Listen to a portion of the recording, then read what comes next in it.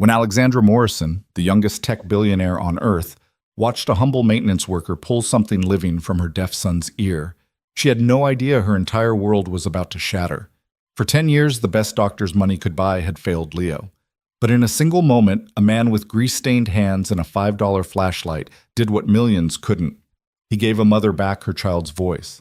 This is their story, one of betrayal, redemption, and the sound of love.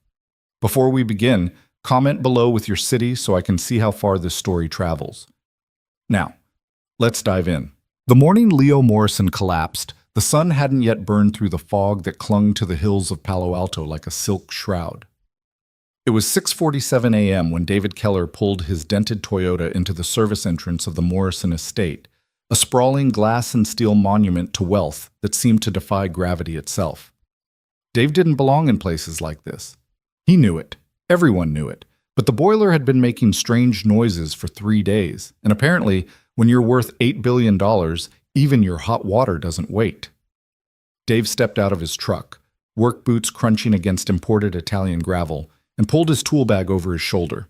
His hands were rough, scarred from years of fixing things most people didn't think about: pipes, heaters, broken lives. At 42, he looked older. Grief had a way of aging a man faster than time ever could. He'd been a paramedic once, back when the world made sense, back when Sarah was alive. Las Vegas, October 1st, 2017. Route 91, Harvest Festival. Sarah had been there with her sister, singing along to country music under a sky full of stars, when the shots rang out. 58 people died that night. Sarah was number 33. Dave had been home with their 6-year-old son, Ethan, building a Lego tower when the call came. He quit emergency medicine 3 weeks later. Some wounds don't close, no matter how much time passes. Now he fixed boilers. It was simpler. Boilers didn't scream. They didn't bleed out in your arms while you begged them to stay. The Morrison estate loomed ahead, all sharp angles and reflective surfaces. Dave had been here twice before, once for a clogged sink in the West Wing, once for a malfunctioning thermometer in the wine cellar. He'd never seen the boy, though. Leo Morrison, the deaf kid. Everyone in the service industry knew about Leo, born deaf despite having 2 perfectly functioning parents. Alexandra Morrison had spent a fortune trying to fix him. Doctors from Switzerland, experimental treatments from Tokyo, surgeries in Boston. Nothing worked. The kid lived in silence, and his mother lived in guilt. Dave didn't judge. He understood what it meant to be helpless. He was halfway across the courtyard when he heard it, or rather, felt it. A low, guttural sound that wasn't quite a scream, more like a moan trapped in a throat that didn't know how to release it. Dave's paramedic instincts flared to life. He dropped his tool bag and ran toward the sound. He found Leo Morrison crumpled on the ground near the koi pond, his small body twisted at an unnatural angle, hands clutching the right side of his head. The boy's face was contorted in agony, tears streaming down his cheeks, mouth open in a silent wail that Dave felt more than heard. Hey, it's okay, buddy, I got you." Dave dropped to his knees, hands moving with practiced efficiency. He'd done this 1,000 times. Assess, stabilize, comfort. Leo's eyes were squeezed shut, his whole body trembling. His right hand clawed at his ear like he was trying to dig something out of his skull. Dave had seen pain before. Bullet wounds, burns, broken bones.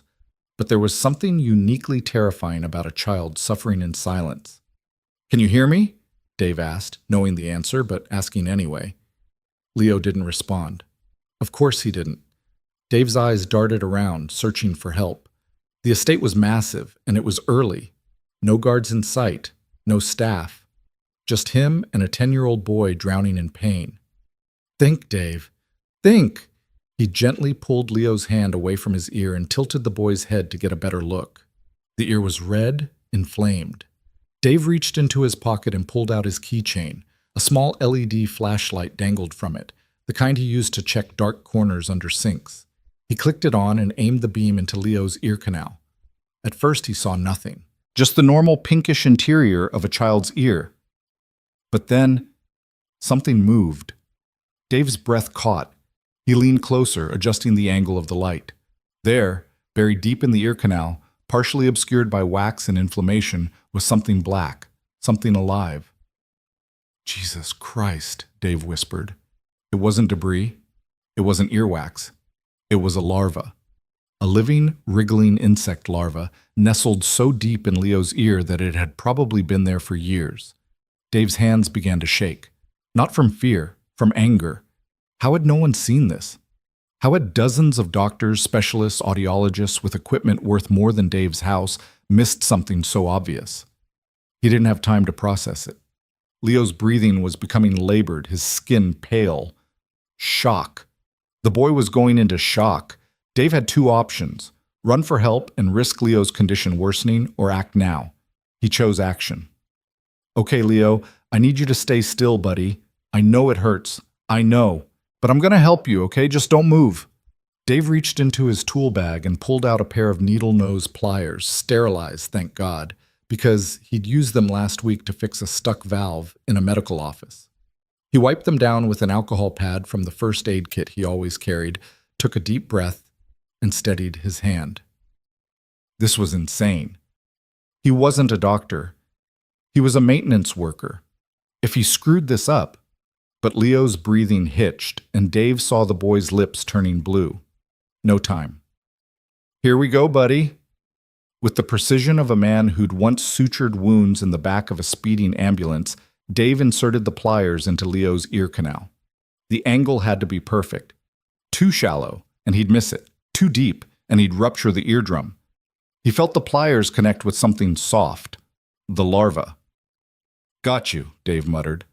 He squeezed gently, praying he wouldn't tear it apart, and pulled. The larva came out in one piece, a fat black creature the size of a pencil eraser, still wriggling in the pliers' grip. Dave dropped it onto the gravel and crushed it under his boot. Leo gasped. It wasn't a sound a deaf child should make. It was sharp, sudden, a breath drawn in shock rather than necessity. Leo's eyes flew open, wide and confused, and for the first time in his life, he heard the crunch of gravel under Dave's boot. He heard the wind rustling through the trees. He heard the distant hum of a car engine. He heard the koi pond bubbling. And he heard Dave's voice. You're okay now, Leo. You're okay. Leo's lips moved, his brow furrowed in concentration, trying to form a sound he'd never made before. His vocal cords, unused for a decade, struggled to obey. Dave's heart pounded. It's okay. Take your time.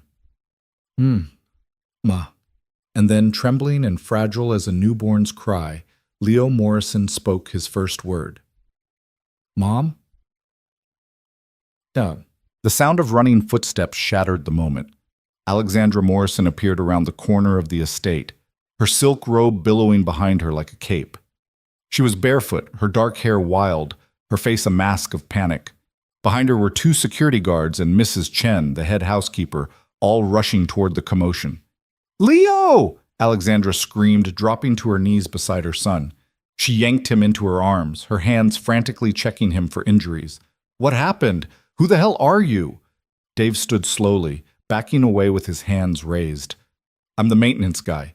Dave, I was here for the boiler. You touched my son? Alexandra's voice was ice and fire combined. Her green eyes locked onto Dave with the intensity of a predator spotting prey. You put your hands on my child? Ma'am, he was in distress. He's deaf. He's always in distress. That doesn't give you the right to... Mom? The word was so soft, so impossible, that for a moment no one moved. Alexandra froze. Her grip on Leo loosened. Her eyes went wide, pupils dilating in disbelief. Mom? Leo said again, louder this time. His voice was raw, unpracticed, but unmistakable. Alexandra's face drained of color. What? Leo, did you just... Mom, I can hear you. Tears spilled down Leo's cheeks. I can hear you. The world tilted. Alexandra swayed, and one of the guards caught her before she fell. She stared at her son like he'd returned from the dead, her mouth opening and closing with no sound. Dave stepped forward, holding out the pliers. Stuck to the tip was a smear of black residue. There was a larva in his ear canal. It's been there a while. Years, probably. It was blocking sound and causing pressure on the eardrum. Alexandra's gaze snapped to the pliers, then to Dave, then back to Leo. A what? An insect larva. I'm guessing a botfly. They're parasitic, lay eggs in warm, dark places. His ear canal would have been perfect. It probably hatched years ago and just stayed there, growing. Mrs. Chen gasped, her hand flying to her mouth. One of the guards muttered something in disbelief. Alexandra said nothing. She just stared at Dave, her expression unreadable. Leo reached up and touched his mother's face. "Mom," he whispered, "you're crying." And she was. Silent, streaming tears that she didn't bother to wipe away. She pulled Leo against her chest and buried her face in his hair, her shoulders shaking with sobs she'd been holding back for a decade. Dave took another step back, feeling suddenly like an intruder. I'll just go check on the boiler." "Wait." Alexandra's voice stopped him cold. She lifted her head, her tear-streaked face now hard as stone. "You expect me to believe that you, a maintenance worker, did what 50 of the world's best doctors couldn't?" Dave met her gaze evenly. "I don't expect you to believe anything, ma'am. I just did what needed doing." "And you just happened to have the skills to perform a medical procedure on my son?" "I was a paramedic. Before." Dave's voice was flat, emotionless. He didn't owe her his story. "Look, your son's okay now. That's what matters. I'll send you my bill for the boiler work." He turned to leave. "Stop." This time the command was softer. Dave paused but didn't turn around. "What's your name?" Alexandra asked. "David Keller." "David Keller." She repeated it like she was committing it to memory. "You saved my son's life." "I pulled a bug out of his ear. That's not the same thing." "To me, it is." Dave finally turned back. Alexandra was standing now, Leo still clinging to her. Her eyes were red, but the fury had drained away, replaced by something Dave couldn't quite name. Gratitude, maybe. Or shock. "He's been deaf since birth," Alexandra said, her voice breaking. "Every doctor, every specialist, they all said it was neurological, congenital, irreversible." She looked down at Leo. "They said he'd never hear, that I should accept it and move on." "They were wrong," Dave said simply. "How did they miss it?" Alexandra's voice rose again, anger creeping back in. "How did 50 doctors miss a goddamn bug in his ear?" Dave shrugged. "Because they stopped looking. They saw a deaf kid, ran their tests, made their diagnosis, and moved on. They didn't use a flashlight." The words hung in the air like an accusation. Mrs. Chen stepped forward, wringing her hands. "Miss Morrison, we should get Leo inside. He needs to be checked." "No." Alexandra cut her off. "No more doctors. Not today." She looked at Dave. "You, David, can you stay? Just for a little while? In case what?" Dave asked. "In case this is real." They moved inside. The interior of the Morrison estate was as cold and sterile as a museum. White marble floors, abstract art on the walls, furniture that looked expensive but uncomfortable. Dave felt out of place immediately, his work boots leaving faint scuff marks on the pristine floor. Alexandra led them to a sitting room overlooking the valley. Floor-to-ceiling windows framed a view of Silicon Valley that probably cost more than Dave would earn in 10 lifetimes. She sat Leo down on a leather couch and knelt in front of him, her hands trembling as she cupped his face. "Leo," she whispered, "can you really hear me?" Leo nodded, tears still streaming. "Yes, I can hear everything. It's so loud, Mom. Everything is so loud." Dave had seen this before, sensory overload. A person who'd lived in silence suddenly thrust into a world of noise. It was overwhelming. "It'll take time to adjust," Dave said from the doorway. "His brain isn't used to processing sound. He'll need therapy probably, someone to help him filter everything out." Alexandra looked at him, her expression fierce. "Anything. I'll pay for anything." "I'm sure you will," Dave said quietly. For a moment silence filled the room, though not for Leo, who kept turning his head toward every tiny sound. The hum of the air conditioning, the distant chirp of a bird, the creak of leather as Alexandra shifted her weight. "How long?" Alexandra finally asked. "How long what?" "How long was that thing in his ear?" Dave hesitated. "Hard to say for sure. But based on the size and the inflammation, years. Maybe 5, maybe more." Alexandra's face went white. 5 years. Could be longer. 5 years. She stood abruptly, pacing toward the window, her hands clenched into fists at her sides. 5 years of specialists, 5 years of tests, brain scans, MRIs, cochlear implant consultations, surgeries. Her voice cracked. 5 years of being told there was nothing I could do. Dave said nothing. There was nothing to say.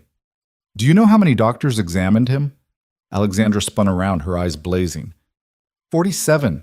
47 different specialists across 3 continents, and not one of them thought to check his goddamn ear with a flashlight? Mom, you're yelling, Leo said softly, wincing. Alexandra immediately softened, rushing back to his side. I'm sorry, baby. I'm so sorry. She kissed his forehead. I'm not angry at you. I'm angry at them. They tried, Leo said. Not hard enough. Dave cleared his throat. For what it's worth, they probably did try, but medicine's become complicated. Everyone's a specialist now. The audiologist checks hearing, the neurologist checks the brain, the ENT checks the throat. But nobody's looking at the whole picture. Nobody's thinking simple. Simple, Alexandra repeated bitterly. My son suffered for years because no one thought simple. That's about the size of it. Alexandra looked at him for a long moment, then back at Leo. Her expression shifted, grief giving way to something harder, something dangerous. Mrs. Chen, she said without looking away from Leo, call Dr. Ramirez. Tell him I want him here in 1 hour. And call Dr. Chen. No, call all of them. Every doctor who examined Leo in the last 5 years. I want a meeting, tomorrow morning. Miss Morrison, I'm not sure they'll all be available. I don't care if they're in surgery. I don't care if they're on vacation. Tell them if they're not in this house by 9 a.m. tomorrow, they'll be hearing from my lawyers by 9:01. Mrs. Chen paled but nodded and hurried from the room. Dave shifted uncomfortably. Look, I should really get going. I've got 3 more jobs today. How much? Alexandra asked. Dave blinked. How much what? How much do you charge for your services? $100 an hour for plumbing, but I didn't actually fix the boiler yet. No. Alexandra stood, crossing the room toward him. Up close, she was smaller than he'd thought. Maybe 5'6", but she radiated a kind of intensity that made her seem taller. How much to stay, here, today, to make sure Leo's okay? Dave frowned. I'm not a doctor, Miss Morrison. You're better than every doctor I've hired. She pulled out her phone. Name your price, double your hourly rate, triple it. I don't care. I can't. Please. The word was so raw, so desperate, that Dave stopped mid-sentence. He looked past Alexandra to where Leo sat on the couch, eyes wide and overwhelmed, trying to process a decade's worth of sound in a single morning. Dave thought of Ethan, his son, 6 years old and already growing up without a mother. What would Dave have done if someone could have saved Sarah? What price would he have paid? No charge, Dave said quietly. Alexandra blinked. What? I'll stay for a few hours. No charge. Just let me call my kid. Let him know I'll be late picking him up from school. For the first time since he'd arrived, Alexandra Morrison smiled. It was small, fragile, but real. Thank you. The hours that followed were surreal. Dr. Ramirez arrived first, a silver-haired man in an expensive suit who looked like he'd rather be anywhere else. He examined Leo with an expression that shifted from skepticism to shock to horror as Dave explained what he'd found. A botfly larva? Dr. Ramirez said, his voice strangled. That's impossible. Clearly not, Dave said dryly. But we did full examinations. I personally examined Leo's ears 3 years ago. And you missed it, Alexandra said coldly. How? Dr. Ramirez stammered. The larva must have been deeper than standard otoscopic examination could reach, or hidden by inflammation, or you didn't look hard enough. The doctor had no response to that. More doctors arrived throughout the afternoon, neurologists, audiologists, pediatricians. Each one wore the same expression when they learned the truth: shock, disbelief, and shame. By 5 p.m., the sitting room had become an impromptu tribunal. 13 doctors sat in a semicircle, facing Alexandra and Leo like defendants awaiting sentencing. Dave stood in the corner, arms crossed, watching the scene unfold. He tried to leave twice, but Alexandra had asked him to stay. "You're the only one here who didn't fail my son," she'd said. So he stayed. Alexandra stood before the assembled doctors, her face carved from stone. Leo sat beside her, one hand clasped in hers, the other touching his ear every few minutes like he still couldn't believe what had happened.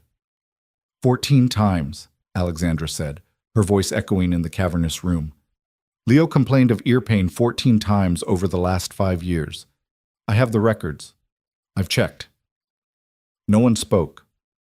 14 times, he tried to tell us something was wrong, and every single time one of you dismissed it. You called it behavioral frustration. You said it was psychological. You told me he was acting out because of his disability, Doctor. Ramirez opened his mouth, but Alexandra silenced him with a look. A maintenance worker, she continued, with a $5 flashlight and 2 minutes of investigation found what 50 specialists couldn't find in 5 years. Do you understand how that makes me feel? Still, silence. It makes me feel, Alexandra said slowly, like I failed my son, like I trusted the wrong people, like I wasted years of his life because I believed you when you said there was nothing more to be done. Ms. Morrison, one of the doctors began, I'm not finished. The room went still. Alexandra's voice dropped to a whisper, but somehow it was louder than a shout. My son lived in silence for a decade, not because he was born deaf, not because of genetics or bad luck or God's will, but because every single person in this room was too arrogant to ask a simple question. Did we check everything? She looked at each doctor in turn. You failed him. All of you. And I will never forget that. Dr. Chen, a woman in her 50s who Dave recognized from his earlier visits, stood shakily. Ms. Morrison, we followed protocol. We ran every test. Your protocol failed. Medicine isn't perfect, but it should be better than this. Alexandra's voice cracked. It should be better than a man with no medical degree finding what you couldn't. Dave shifted uncomfortably. For the record, I do have medical training. Not the point, Alexandra snapped, though her tone softened when she looked at him. The point is that you looked. You saw my son as a person, not a diagnosis, and that made all the difference. The doctor sat in shamed silence. Finally, Dr. Ramirez stood. Miss Morrison, on behalf of everyone here, I want to apologize. What happened to Leo was unacceptable. If there's anything we can do, there is, Alexandra said. You can leave, all of you, and you can expect to hear from my lawyers regarding malpractice suits. The room erupted into protests, but Alexandra raised a hand. Get out, now. One by one, the doctors filed out, their heads bowed. When the last one left, Alexandra collapsed into a chair, her face buried in her hands. Leo climbed into her lap, wrapping his thin arms around her neck. It's okay, Mom, he whispered. I can hear now. That's all that matters. But Dave saw the truth in Alexandra's eyes when she looked up. It wasn't okay. She'd spent 5 years trusting people who'd let her down. 5 years of watching her son struggle while the answer was literally right in front of them. That kind of betrayal didn't heal easily. Dave finally left at 7 p.m., long after the sun had set. As he walked to his truck, Alexandra followed him out. David. He turned. She stood in the doorway, backlit by the warm glow of the house. In the shadows, she looked smaller, more human. Thank you, she said, for everything. Dave nodded. He's a good kid. Take care of him. I will. She hesitated. Can I get your number? In case Leo needs anything? Dave almost said no. He didn't belong in this world of billionaires and marble floors and doctors who charged more per hour than Dave made in a week. But then he thought of Leo's face when he'd spoken his first word, and he found himself rattling off his number. Alexandra typed it into her phone. I mean it. Anything he needs. Anything you need. Just ask. I don't need anything, Miss Morrison. Alex, she said. Call me Alex. Dave nodded and climbed into his truck. As he drove away, he glanced in the rearview mirror. Alexandra was still standing in the doorway watching him go. He didn't know it yet, but his life had just changed forever. When Dave picked up Ethan from after-school care that night, his son immediately knew something was different. "You're late," Ethan said, buckling his seatbelt. "You're never late." "Sorry, bud. Work stuff." "What kind of work stuff?" Dave glanced at his son, 6 years old, blonde hair like his mother's, eyes that still looked for her in every crowd. How could he explain what had happened today? That he'd pulled a living creature from a boy's ear and given him the gift of sound? That he'd stood in a room of doctors who'd failed and felt, for the first time in years, like he'd done something that mattered? "I helped a kid," Dave said finally. "He was in trouble, and I helped him." Ethan's eyes lit up. "Like a superhero?" Dave laughed. "Not quite, buddy. Did you save his life?" "No, just made it better." Ethan thought about this for a moment. Mom would have liked that. The words hit Dave like a punch to the chest. He pulled over to the side of the road, hands gripping the steering wheel until his knuckles turned white. Sarah would have liked it. She'd always been the brave one, the one who ran toward danger while everyone else ran away. She'd been a teacher, and before that, a volunteer firefighter. She'd loved helping people. She would have been proud. "Yeah," Dave said, his voice thick. "Yeah, she would have." He pulled back onto the road and drove home, Ethan chattering beside him about Legos and homework, and a girl in his class who could burp the alphabet. Dave listened and nodded and tried not to think about the fact that, for the first time since Sarah died, he felt like himself again. Even if it was just for a day. Even if it didn't last. But it did last. The next morning, Dave's phone rang at 6 a.m. He answered groggily, expecting a client with a broken water heater. Instead, he heard Alexandra's voice. "Dave, it's Alex Morrison. I hope I'm not calling too early." Dave sat up, suddenly awake. "Is Leo okay?" "He's fine. Better than fine. He's laughing, Dave. I've never heard him laugh before. I didn't know what his laugh sounded like until today." Her voice broke, and Dave heard her take a shaky breath. "That's good," Dave said softly. "That's really good. I need to see you. Today. Can you come by?" Dave hesitated. "I've got a full schedule." "I'll pay you double, triple, please, Dave. It's important." Against his better judgment, Dave agreed. When he arrived at the Morrison estate 2 hours later, he found Alexandra waiting for him in the courtyard. She looked different, less polished, more raw. Her hair was tied back in a messy ponytail, and she wore jeans and a t-shirt instead of designer clothes. She looked, Dave thought, like a real person. "Thank you for coming," she said, shaking his hand. Her grip was firm, urgent. "I need to talk to you about something." "Okay." She led him inside, not to the sitting room, but to a home office that overlooked the valley. The walls were covered in screens displaying stock tickers, news feeds, and data charts Dave couldn't begin to understand. Alexandra gestured for him to sit. "I didn't sleep last night."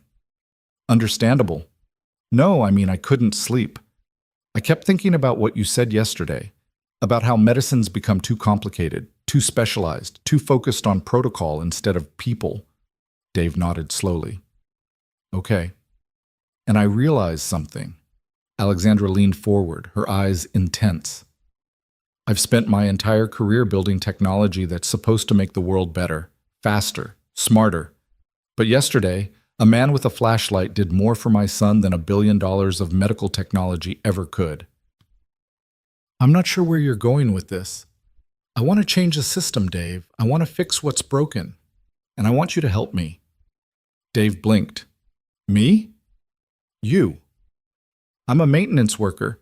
You're a paramedic, a father, someone who sees people instead of problems. That's what medicine needs." Alexandra pulled up a document on one of her screens. "I've drafted a plan for a foundation, the Leo Morrison Foundation. Its mission will be to reform pediatric diagnostics, train doctors to think holistically, and provide free medical screenings to underserved communities."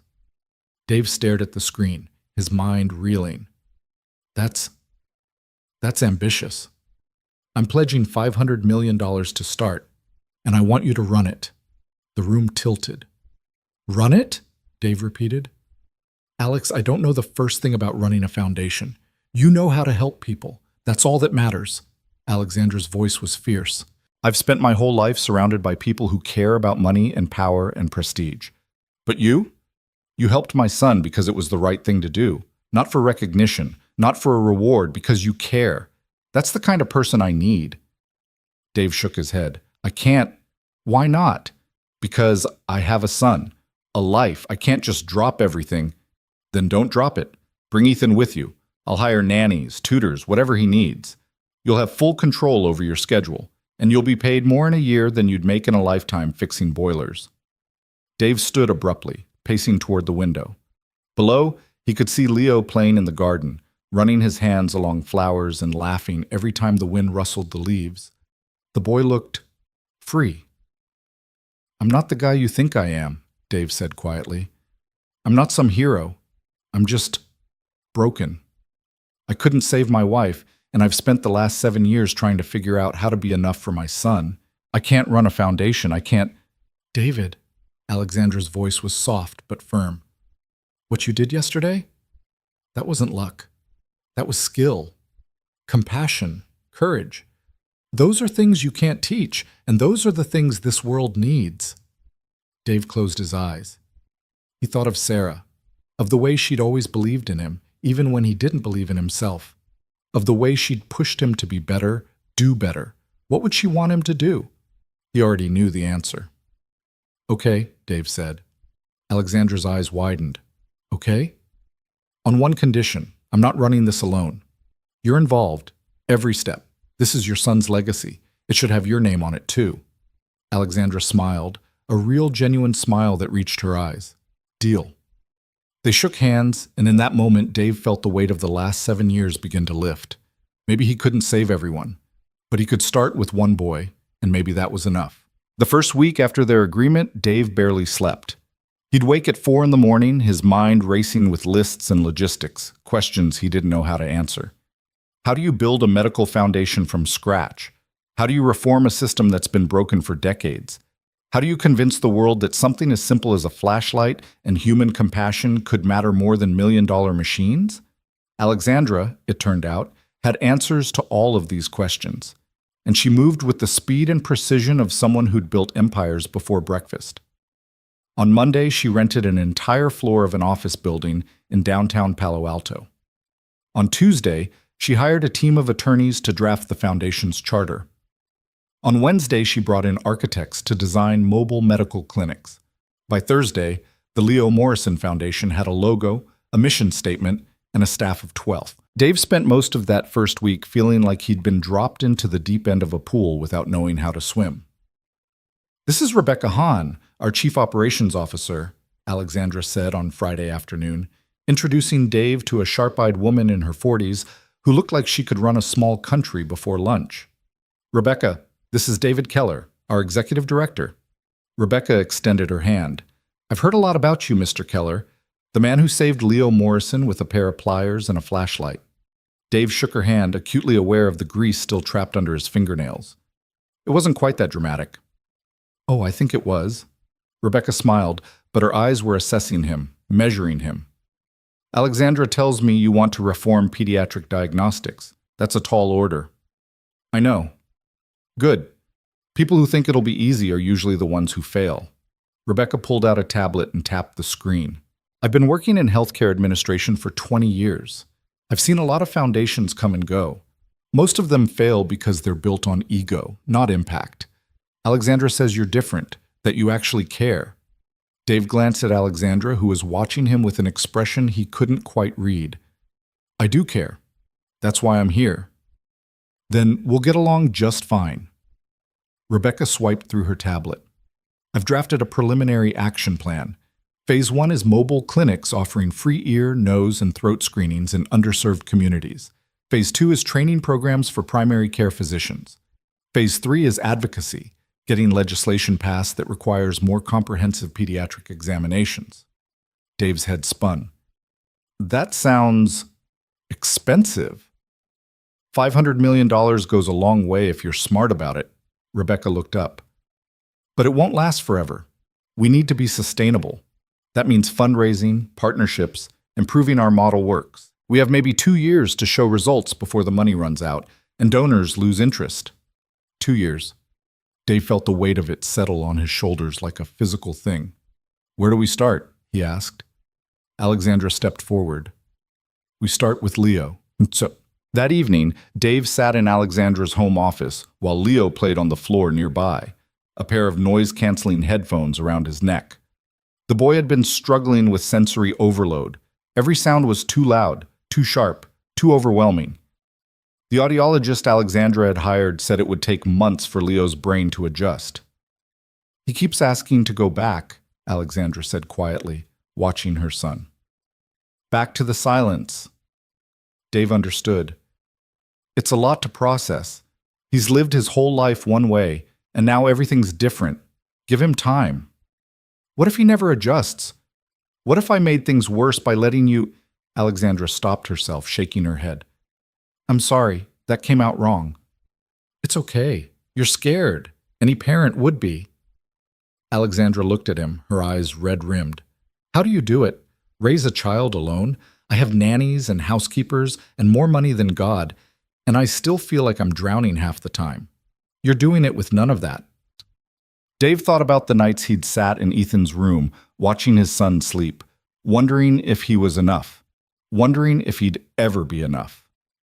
You just do, he said finally, because the alternative is letting them down, and that's not an option.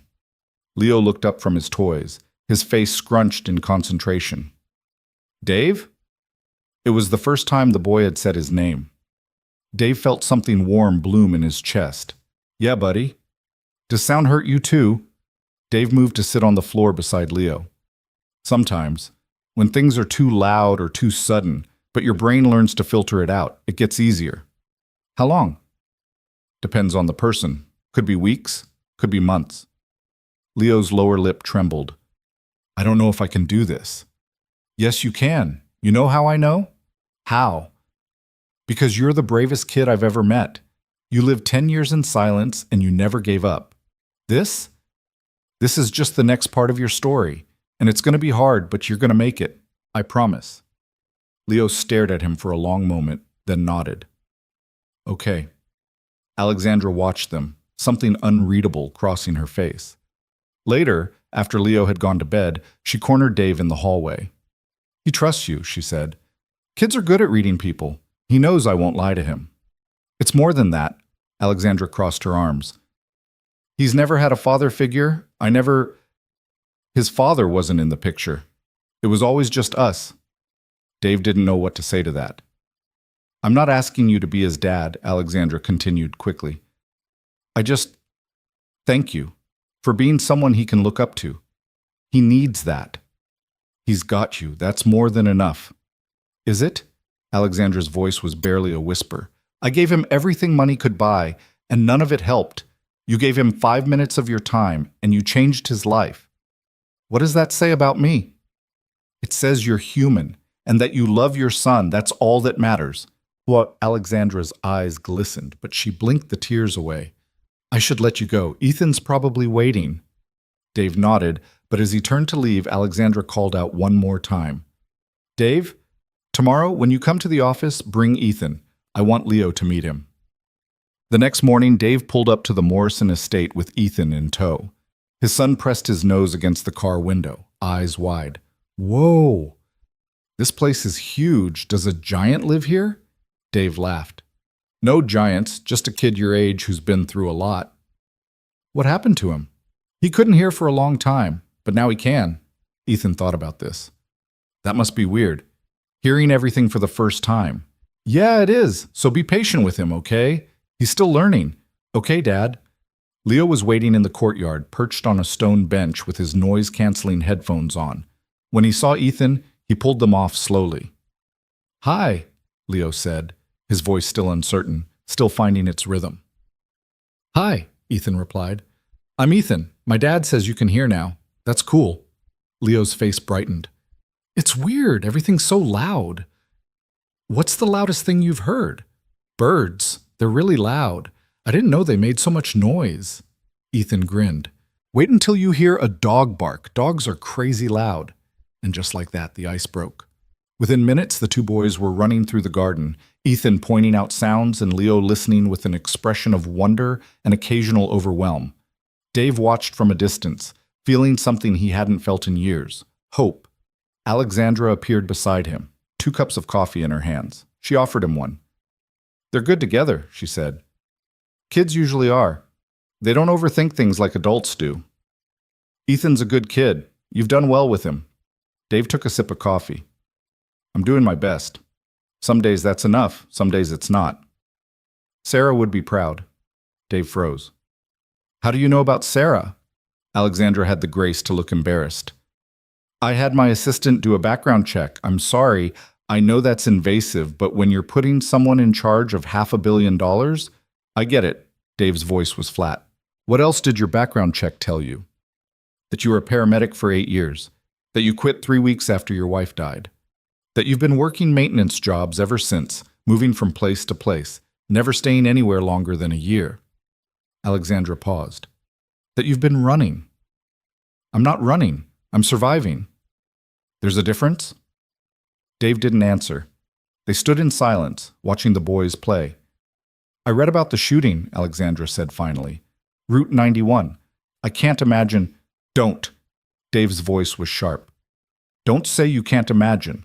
Everyone says that. And they're right. They can't.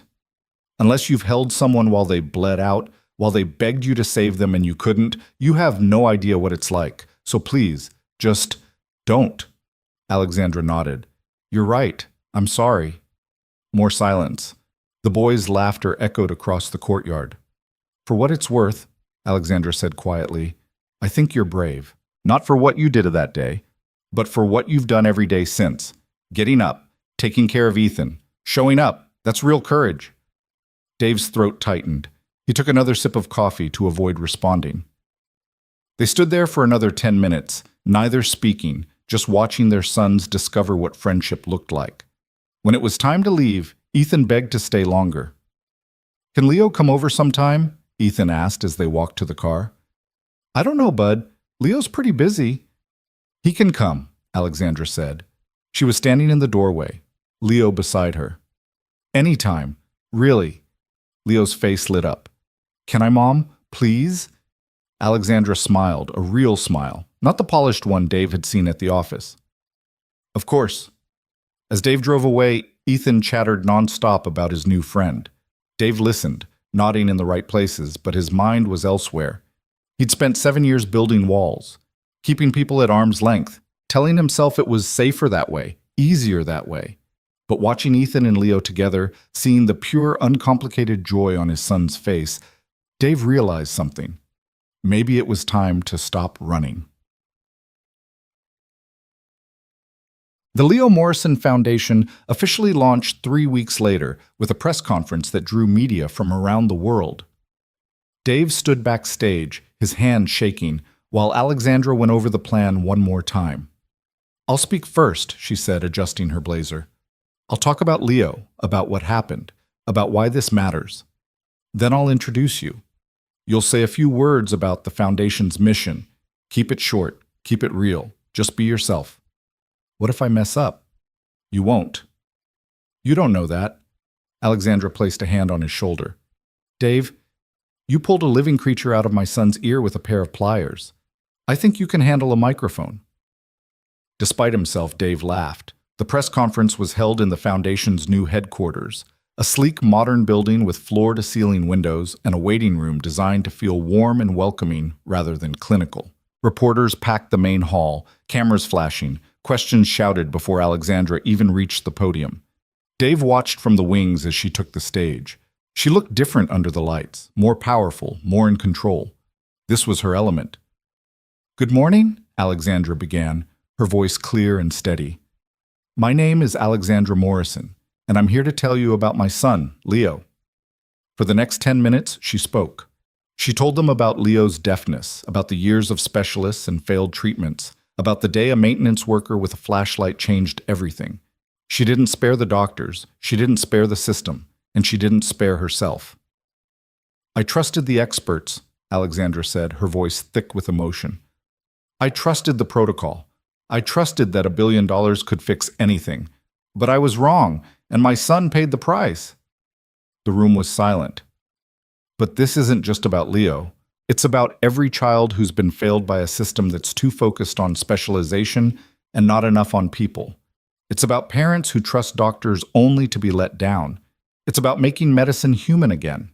She paused, letting the words sink in. Today, I'm announcing the Leo Morrison Foundation with an initial pledge of $500 million.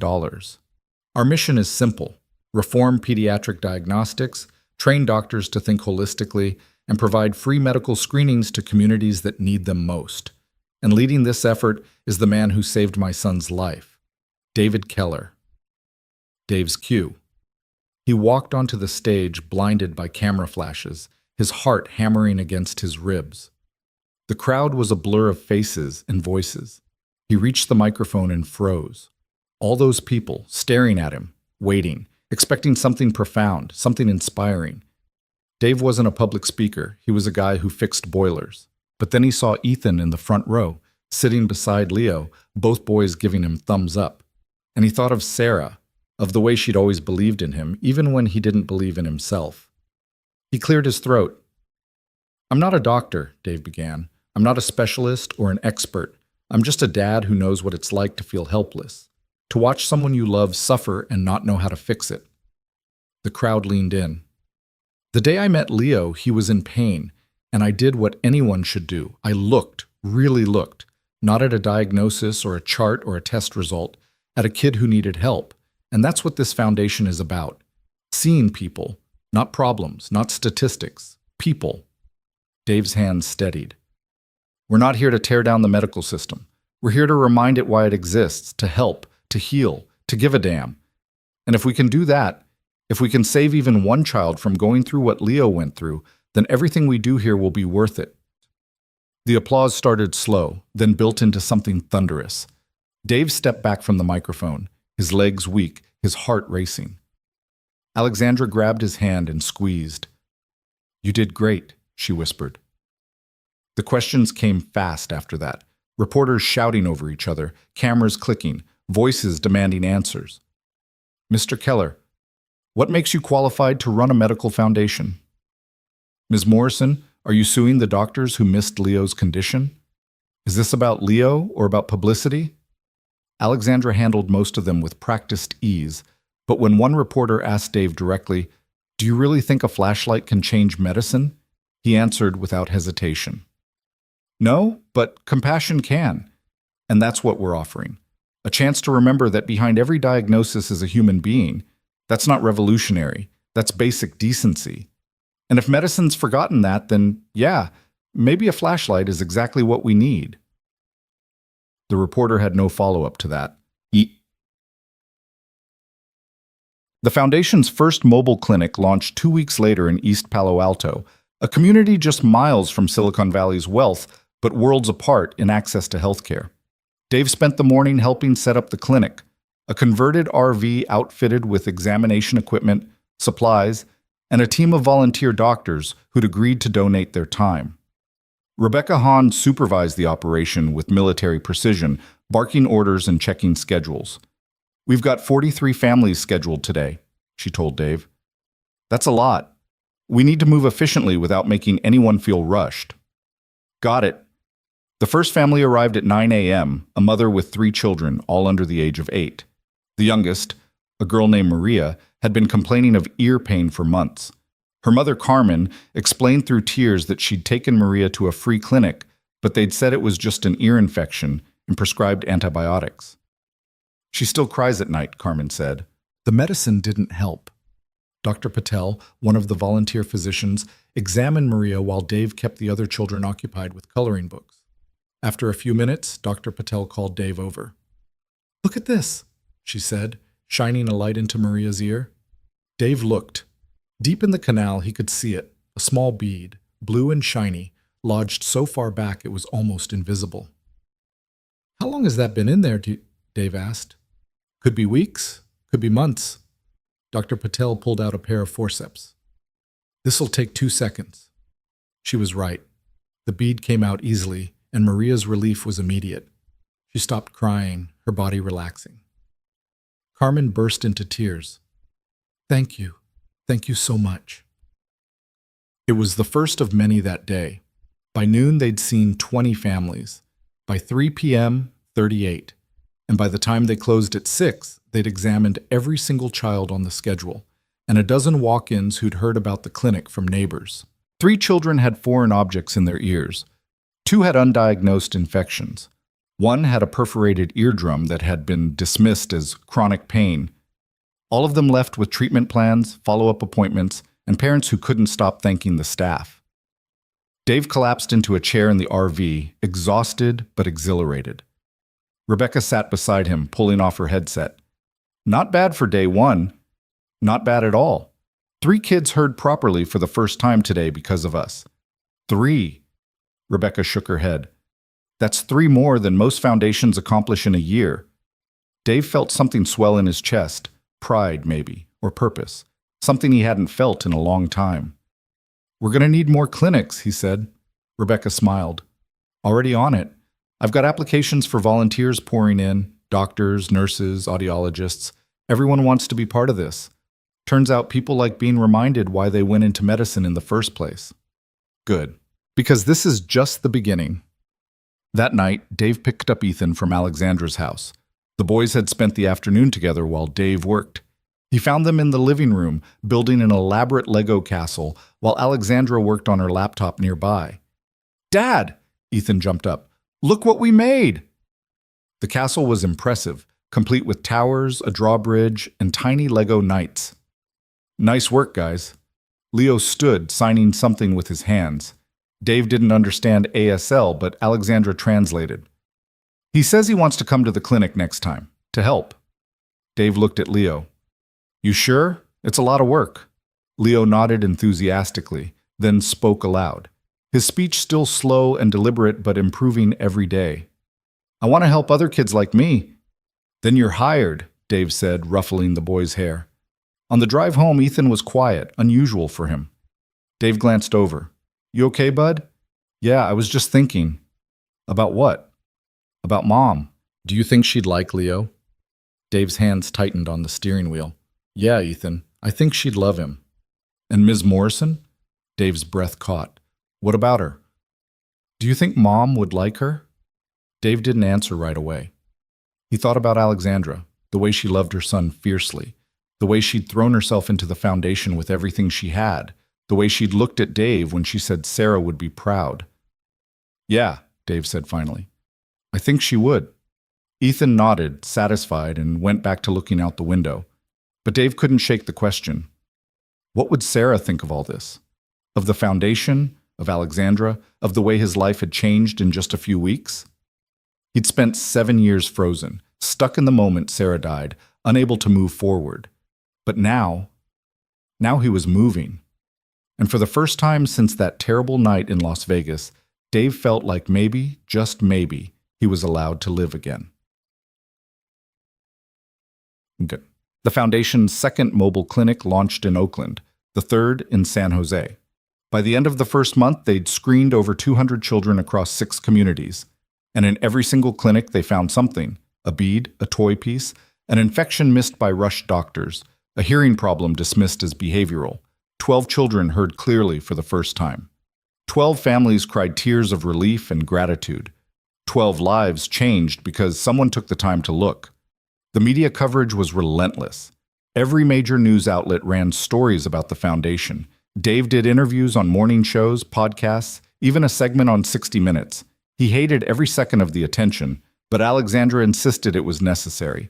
People need to see this, she said. They need to know it's possible to do better. Dave understood, but it didn't make him any more comfortable with the cameras. The real reward came from the families, from the letters that poured into the foundation's office, hundreds of them, from parents thanking them for what they'd done. From the phone calls asking when the next clinic would be, begging them to come to their community. One letter in particular stuck with Dave. It was from a mother in Fresno whose daughter, Isabella, had been deaf for 7 years. She wrote, "The doctors told us there was nothing they could do, that we should accept it and move on. But you didn't accept it. You looked. And now my daughter can hear birds singing. She can hear me say I love you. You gave us back something we thought was lost forever. How do I thank you for that?" Dave read the letter 3 times, then folded it carefully and put it in his wallet. On the hard days, and there were many, he'd pull it out and read it again. This was why they were doing it. Not for the press or the recognition or the glory. For Isabella. For Leo. For every child who deserved to be seen. Médecin. But success, Dave quickly learned, came with complications. By the end of the second month, cracks began to show. The volunteer doctors were burning out. The mobile clinics were expensive to operate. And worst of all, they'd started receiving pushback from medical organizations who viewed the foundation as a threat. Dr. Chen, Alexandra's former chief medical officer, published an op-ed in the New England Journal of Medicine titled "The Danger of Oversimplification: Why the Morrison Foundation's Approach Could Harm Medicine." Dave read it in Alexandra's office, his jaw clenching with every paragraph. While the Morrison Foundation's intentions are noble, their methods risk undermining the expertise and training that modern medicine requires. Not every medical mystery can be solved with a flashlight. By suggesting otherwise, they create unrealistic expectations and erode trust in legitimate medical professionals. Alexandra threw her copy of the journal across the room. Erode trust? They eroded trust when they missed a bug living in my son's ear for 5 years. She's scared, Dave said calmly. They all are. We're making them look bad. They made themselves look bad. I know, but that doesn't change the fact that we're threatening their world, and they're going to fight back. Alexandra sank into her chair, her hands shaking. How do we fight this? We don't. We keep doing the work. Results speak louder than op-eds. But it wasn't just the medical establishment pushing back. Parents were calling too. Angry parents whose children were deaf and would stay deaf because their conditions weren't caused by foreign objects or infections. They accused the foundation of giving false hope, of suggesting that all deaf children could be fixed. One mother called Dave directly, her voice raw with pain. My daughter has been deaf since birth, she said, and she's perfect the way she is. But now, because of your foundation, people keep asking me if I've tried getting help, like she's broken, like she needs to be fixed. You're making her feel like there's something wrong with her. Dave listened, his heart sinking. That's not what we're trying to do. But that's what's happening. You're holding up these miracle stories, and you're forgetting about kids like mine. Kids who don't need miracles. They just need acceptance. The call haunted Dave for days. He brought it up with Alexandra one evening after another long day at the office. We're hurting people, he said. People we're trying to help. Alexandra looked up from her laptop. What do you mean? Dave told her about the call, about the mother's pain, about the unintended message they were sending. Alexandra was quiet for a long time. What do? We expand the mission. We celebrate deaf culture alongside medical intervention. We make it clear that not every child needs to be fixed. Some just need to be seen and accepted exactly as they are. That's a big shift. I know, but it's the right one. Alexandra nodded slowly. Okay, let's do it. Let's build a division focused on supporting the deaf community. Resources, advocacy, education, not fixing, supporting. It'll cost money. We have money, and if we run out, I'll find more. Alexandra's eyes met his. This foundation exists to help children, all children. If we're not doing that, then we're failing. Within a week, they'd hired Dr. Maria Santos, a deaf physician and advocate, to lead the new deaf culture and community division. She came in with passion and vision, immediately pushing back against some of the foundation's messaging. You can't keep calling what you do miracles, she told Dave and Alexandra during their first meeting. Hearing isn't better than being deaf. It's just different. When you frame it as miraculous, you're saying deaf people are broken. And we're not. Dave felt the truth of her words settle in his chest. You're right. I'm sorry. Dr. Santos smiled. Don't be sorry. Be better. That's all any of us can do. Over the next few weeks, the foundation's message evolved. They still ran mobile clinics. They still screened children for treatable conditions. But they also launched programs celebrating deaf culture, offering sign language classes, and connecting deaf children with mentors and role models. The backlash from the deaf community began to soften. Slowly, parents who'd been angry started calling to thank them for listening, for adapting, for understanding that help didn't always mean cure. Leo struggled through all of it.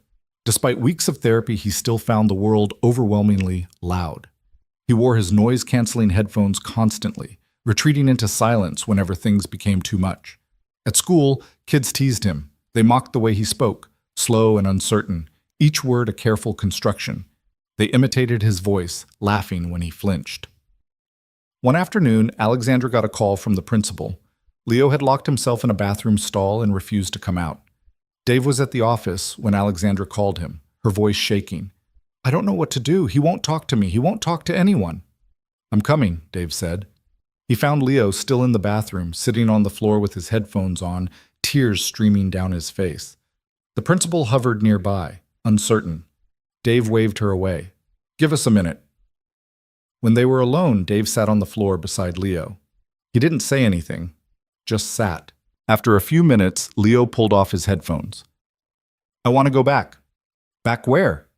"To the silence. It was easier. People didn't make fun of me when I was deaf." Dave's heart broke. "What happened today?" "Kids at school. They said I sound weird, that I talk like a robot, that I should have stayed deaf. Kids can be cruel." "I know, but they're right. I do sound weird. You sound like someone who's learning. That's not weird. That's brave." Leo shook his head. "I'm not brave. I'm just broken in a different way now."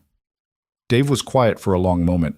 Then he said, "You know what Sarah, my wife, used to tell Ethan when kids made fun of him?" Leo looked up. "What?" She'd say, "Different isn't less. It's just different." "You're not broken, Leo. You're adapting, and that's one of the hardest things a person can do. So no, you're not weird. You're extraordinary." Leo's lower lip trembled. "I miss the quiet sometimes." "I know, and that's okay. You're allowed to miss it." "Really? Really. Change is hard, even when it's good. And what you're going through, it's really hard. But you're doing it. Every day you're showing up and trying. That takes guts." Leo leaned against Dave's shoulder. They sat there on the bathroom floor, neither speaking, just existing together. Finally, Leo whispered, "Can Ethan come over tonight?" "Yeah, buddy. I'll call him." When Ethan arrived later that evening, he found Leo sitting in the garden, his headphones on, staring at the koi pond. Ethan sat beside him without a word. After a few minutes, Leo pulled off his headphones. "Kids at school say I'm weird," Leo said. Ethan shrugged. "Kids at my school say my mom died because she was stupid, that she should have run faster." Leo's eyes went wide. "That's awful." "Yeah, but they're wrong. She wasn't stupid. She was helping people. That's what she always did." "What did you do? When they said that?" "I punched one of them." "Did it help?" "No, I got suspended. And my dad cried, which made me feel worse." Ethan picked up a pebble and tossed it into the pond. "But then he told me something. He said people who hurt others are usually hurt themselves, and that I could either hurt them back or be better than them. So I'm trying to be better." Leo thought about this. "How?" "By not caring what they think. You know you're not weird. I know you're not weird. Your mom knows, Dave knows, so who cares what they think?" "But what if they're right?" Ethan looked at him seriously. "Leo, you can hear now. Like, you couldn't hear before, and now you can. That's not weird. That's amazing. And if people can't see that, then they're the weird ones." For the first time that day, Leo smiled. The two boys sat by the pond until the sun set, talking about school and Legos and the unfairness of homework. Dave and Alexandra watched from the house, neither speaking. Finally, Alexandra said, "He's good for Leo. Ethan." "Leo's good for Ethan, too. He needs a friend who gets what it's like to be different." "They're lucky to have each other." Dave nodded, and though he didn't say it aloud, he thought, "We're all lucky to have each other." Because for the first time in 7 years, Dave felt like he was part of something bigger than his grief, part of a family, fragile and imperfect, but real. And that was enough. 3 months into the Foundation's operation, Alexandra made a decision that would change everything. She scheduled a press conference without telling Dave first, and when he found out, he knew immediately that something big was coming. "What are you planning?" he asked, cornering her in her office the morning of the conference. Alexandra looked up from the speech she'd been writing, her eyes tired but determined. Something I should have done from the start. That's not an answer. You'll see. Trust me. But Dave had learned that when Alexandra said trust me in that particular tone, it usually meant she was about to do something dramatic. He wasn't wrong. The press conference was held at the Foundation's headquarters, the main hall packed even tighter than the launch event. Dave stood backstage again, but this time Alexandra hadn't asked him to speak. She told him to just watch. When she took the stage, the cameras immediately focused on her. Alexandra Morrison, tech billionaire, philanthropist, mother. She commanded attention without trying. 3 months ago, Alexandra began, I stood here and told you about my son Leo, about how he'd been failed by a medical system I'd trusted completely, about how a maintenance worker with a $5 flashlight did what 50 specialists couldn't do. The crowd was silent, waiting. Today, I'm here to tell you something else, something harder. Alexandra's voice wavered slightly, but she pushed through.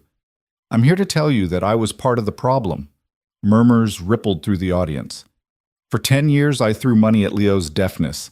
I hired the best doctors, bought the best equipment, pursued every treatment available. But I never once asked the simple question that Dave Keller asked. Did anyone actually look? Alexandra paused, her hands gripping the podium. I trusted credentials over curiosity. I trusted expensive over effective. I trusted the system because the system told me to trust it, and my son suffered because of that blind trust. Dave felt his chest tighten. This wasn't just a speech about medicine. This was a confession. But here's the thing about systems, Alexandra continued. They don't change unless someone forces them to. And that's why I'm here today. To force change. She pulled out a folder and held it up. In my hand, I have documentation of every medical examination Leo underwent in the last 5 years. Every test. Every diagnosis. Every dismissal of his complaints about ear pain. 14 times, my son told doctors he was hurting. 14 times, they wrote it off as behavioral, as psychological, as anything except what it actually was, a foreign body causing him physical pain. The cameras clicked frantically. I've spent the last month working with medical attorneys and patient advocacy groups, and today I'm announcing that I'm filing malpractice suits against 6 medical institutions and 12 individual physicians who treated Leo. The room erupted, reporters shouted questions, cameras flashed, the noise was deafening. Alexandra raised her hand for silence. I'm not doing this for money. Any settlements will go directly to the foundation and to other families whose children have been similarly failed. I'm doing this because accountability matters. Because if we want medicine to change, we have to show there are consequences for not caring enough to look. Dave watched from backstage, his mind racing. Alexandra hadn't mentioned this to him, hadn't warned him. This was going to create a firestorm. I know what you're thinking, Alexandra said, her voice cutting through the chaos. You're thinking this is vindictive, that I'm attacking hardworking doctors who did their best. But here's what I know, their best wasn't good enough. And until we acknowledge that, until we hold people accountable for cutting corners and dismissing patients, nothing will change. She looked directly into the nearest camera. My son was lucky. He had a mother with resources and a chance encounter with someone who cared enough to act. But how many children don't have that? How many kids are suffering right now because the system is too broken, too rushed, too arrogant to look beyond the obvious? Alexandra's voice rose with passion. So yes, I'm suing, and yes, I'm angry, and yes, I'm going to use every dollar, every connection, every ounce of influence I have to make sure what happened to Leo never happens to another child. Because that's what parents do. We fight for our kids, even when it's hard, even when it's uncomfortable, even when the whole world tells us to back down. The applause started slowly, then built into something thunderous. But Dave noticed that not everyone was clapping. Some of the reporters looked skeptical. Some looked disapproving. This was going to be messy. Alexandra fielded questions for another 20 minutes, her answers sharp and unapologetic. When someone asked if she worried about damaging doctors' reputations, she didn't hesitate. I'm more worried about children's lives than doctors' reputations. Next question. When the conference ended, Dave found Alexandra in her office, slumped in her chair, looking exhausted. You should have told me, he said. I know. Why didn't you? Alexandra looked up at him. Because you would have tried to talk me out of it. You would have said it was too aggressive, too risky, that it would hurt the Foundation's reputation. You're right, I would have said all of that. And would you have been wrong? Dave sat down across from her. I don't know, maybe not. But this is going to get ugly, Alex. The medical community is going to come after us hard. Donors might pull out, volunteers might quit. Are you ready for that? I don't care, I'm done being polite about this. I'm done pretending like what happened to Leo was just an unfortunate oversight. It was negligence, and someone needs to say it. Dave studied her face. He saw the anger there, raw and real, but underneath it, he saw something else. Fear. The fear of a mother who'd almost lost her child and was still processing that trauma. Okay, Dave said finally. Alexandra blinked. Okay. You're the boss. If you think this is the right move, then I'm with you, but we need to be prepared for the fallout. I am prepared. Are you? Dave leaned forward. Because when those lawsuits go public, the media is going to dig into everything. Your past, my past, the Foundation's finances. They're going to look for any excuse to discredit us. Let them look. We've got nothing to hide. Everyone's got something to hide, Alex. The words hung between them. Alexandra's eyes narrowed. What's that supposed to mean? Dave hesitated. He'd been carrying something for weeks now, something that had been gnawing at him. Maybe it was time to get it out. When you did that background check on me, did you find out why I really quit being a paramedic? Alexandra frowned. You quit because of Sarah, because you couldn't handle working in emergency medicine after what happened. That's part of it, but there's more. Dave took a deep breath. The night Sarah died, I was on call. I was supposed to be working that shift, but I'd asked for time off because Ethan had a school thing. Another paramedic covered for me. Dave, his name was Marcus, good guy, 3 kids of his own. He was the one who responded when the shooting started. He was the one who tried to save Sarah. Dave's voice cracked. And he couldn't. None of them could. There were too many people, too much chaos. Sarah bled out waiting for transport to the hospital. Well, Alexandra's face softened. That wasn't your fault. I know, my therapist has told me that 1,000 times. But here's the thing, Marcus quit too. Couldn't handle the guilt of not being able to save everyone that night. Last I heard, he was working construction in Arizona. And every time I think about the Foundation, about what we're doing, I think about him. About all the good people who left medicine because the system broke them. What are you saying? I'm saying we need to be careful. We're going after doctors, but most of them aren't villains. They're just people working in a broken system. And if we're not careful, we're going to break more of them. Alexandra was quiet for a long moment. Then she said, So what do you want me to do? Drop the lawsuits? No, file them, hold people accountable. But also remember that we're trying to fix a system, not destroy the people working in it. There's a difference. Alexandra nodded slowly. You're right. I've been so angry, I forgot about that. She rubbed her face. How do we do both? How do we hold people accountable and still show compassion? I don't know, but we'll figure it out, together. They sat in silence for a few minutes, both lost in thought. Finally, Alexandra spoke. Dave, can I ask you something personal? Sure. Do you ever wish you could go back to before Sarah died? To when life was simple? Dave thought about it. Every day. But then I think about what I'd be missing. Watching Ethan grow up. The work we're doing here. Meeting you and Leo. He met her eyes. I can't have Sarah back, but I can choose to live a life that would make her proud. That's enough. Alexandra's eyes glistened. I envy that. I'm still so angry about what happened to Leo. I don't know how to let it go. You don't have to let it go. You just have to decide what you're going to do with it. Use it to fuel change, not just destruction. When did you get so wise? Dave laughed. I'm not wise. I'm just a guy who's made a lot of mistakes and learned a few things along the way. The lawsuits went public the next day, and just as Dave predicted, the backlash was immediate and brutal. Medical organizations issued statements condemning Alexandra. The American Medical Association called the suits a dangerous precedent that will drive doctors away from treating complex cases. Several prominent physicians appeared on news programs to defend their colleagues. Miss Morrison is weaponizing her wealth to attack hardworking doctors, one surgeon said on CNN. This isn't about justice, it's about revenge. The foundation's phones rang non-stop with angry calls. 3 major donors withdrew their support. 2 volunteer doctors quit, saying they couldn't be part of an organization that was anti-physician. Rebecca Hahn looked like she hadn't slept in days. This is bad, Dave, really bad. We're losing support faster than we can replace it. How bad? We've lost almost $2 million in pledged donations, and that's just in the first 48 hours. Dave felt his stomach drop. Can we survive that? In the short term, yes. Alexandra's initial pledge keeps us solvent. But long term, we need community support.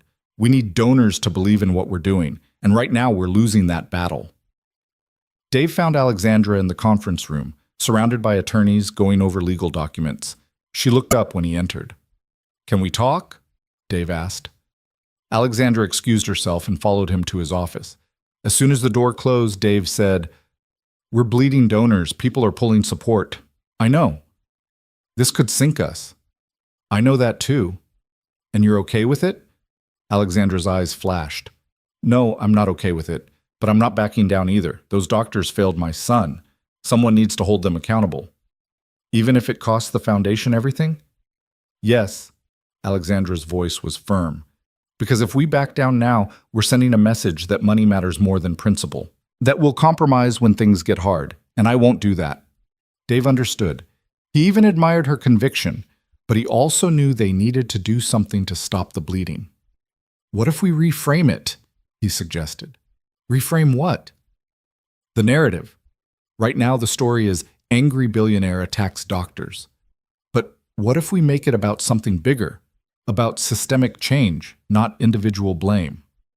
Alexandra considered this. "How?" Dave thought for a moment. "We go on offense, we give an interview, both of us, where we explain that we're not anti-doctor. We're pro-patient. We talk about the volunteers who work with us, the good doctors who get it. We show that this isn't about tearing down medicine, it's about building it back better. You think that'll work? It's worth a try. Right now we're letting other people control the narrative. We need to take it back." Alexandra nodded. "Okay, set it up." The interview aired on 60 Minutes the following Sunday. Dave sat beside Alexandra in the studio, bright lights in his eyes, cameras trained on them both.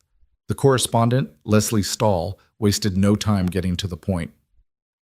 "Ms. Morrison, you've filed malpractice suits against 12 doctors and 6 medical institutions.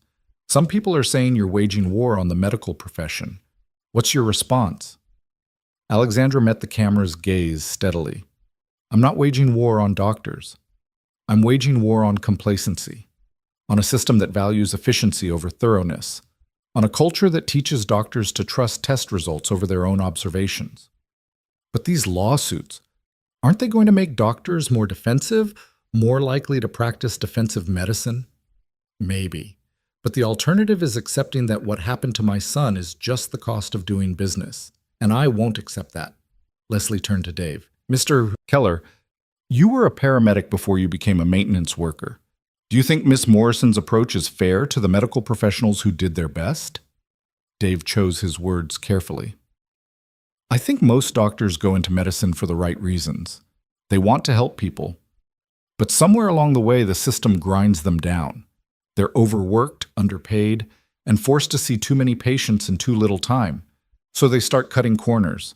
They start relying on protocols instead of instincts, and patients suffer. So you're blaming the system, not the doctors?" "I'm saying the system and the doctors are both responsible. We can't fix one without addressing the other." Leslie leaned forward.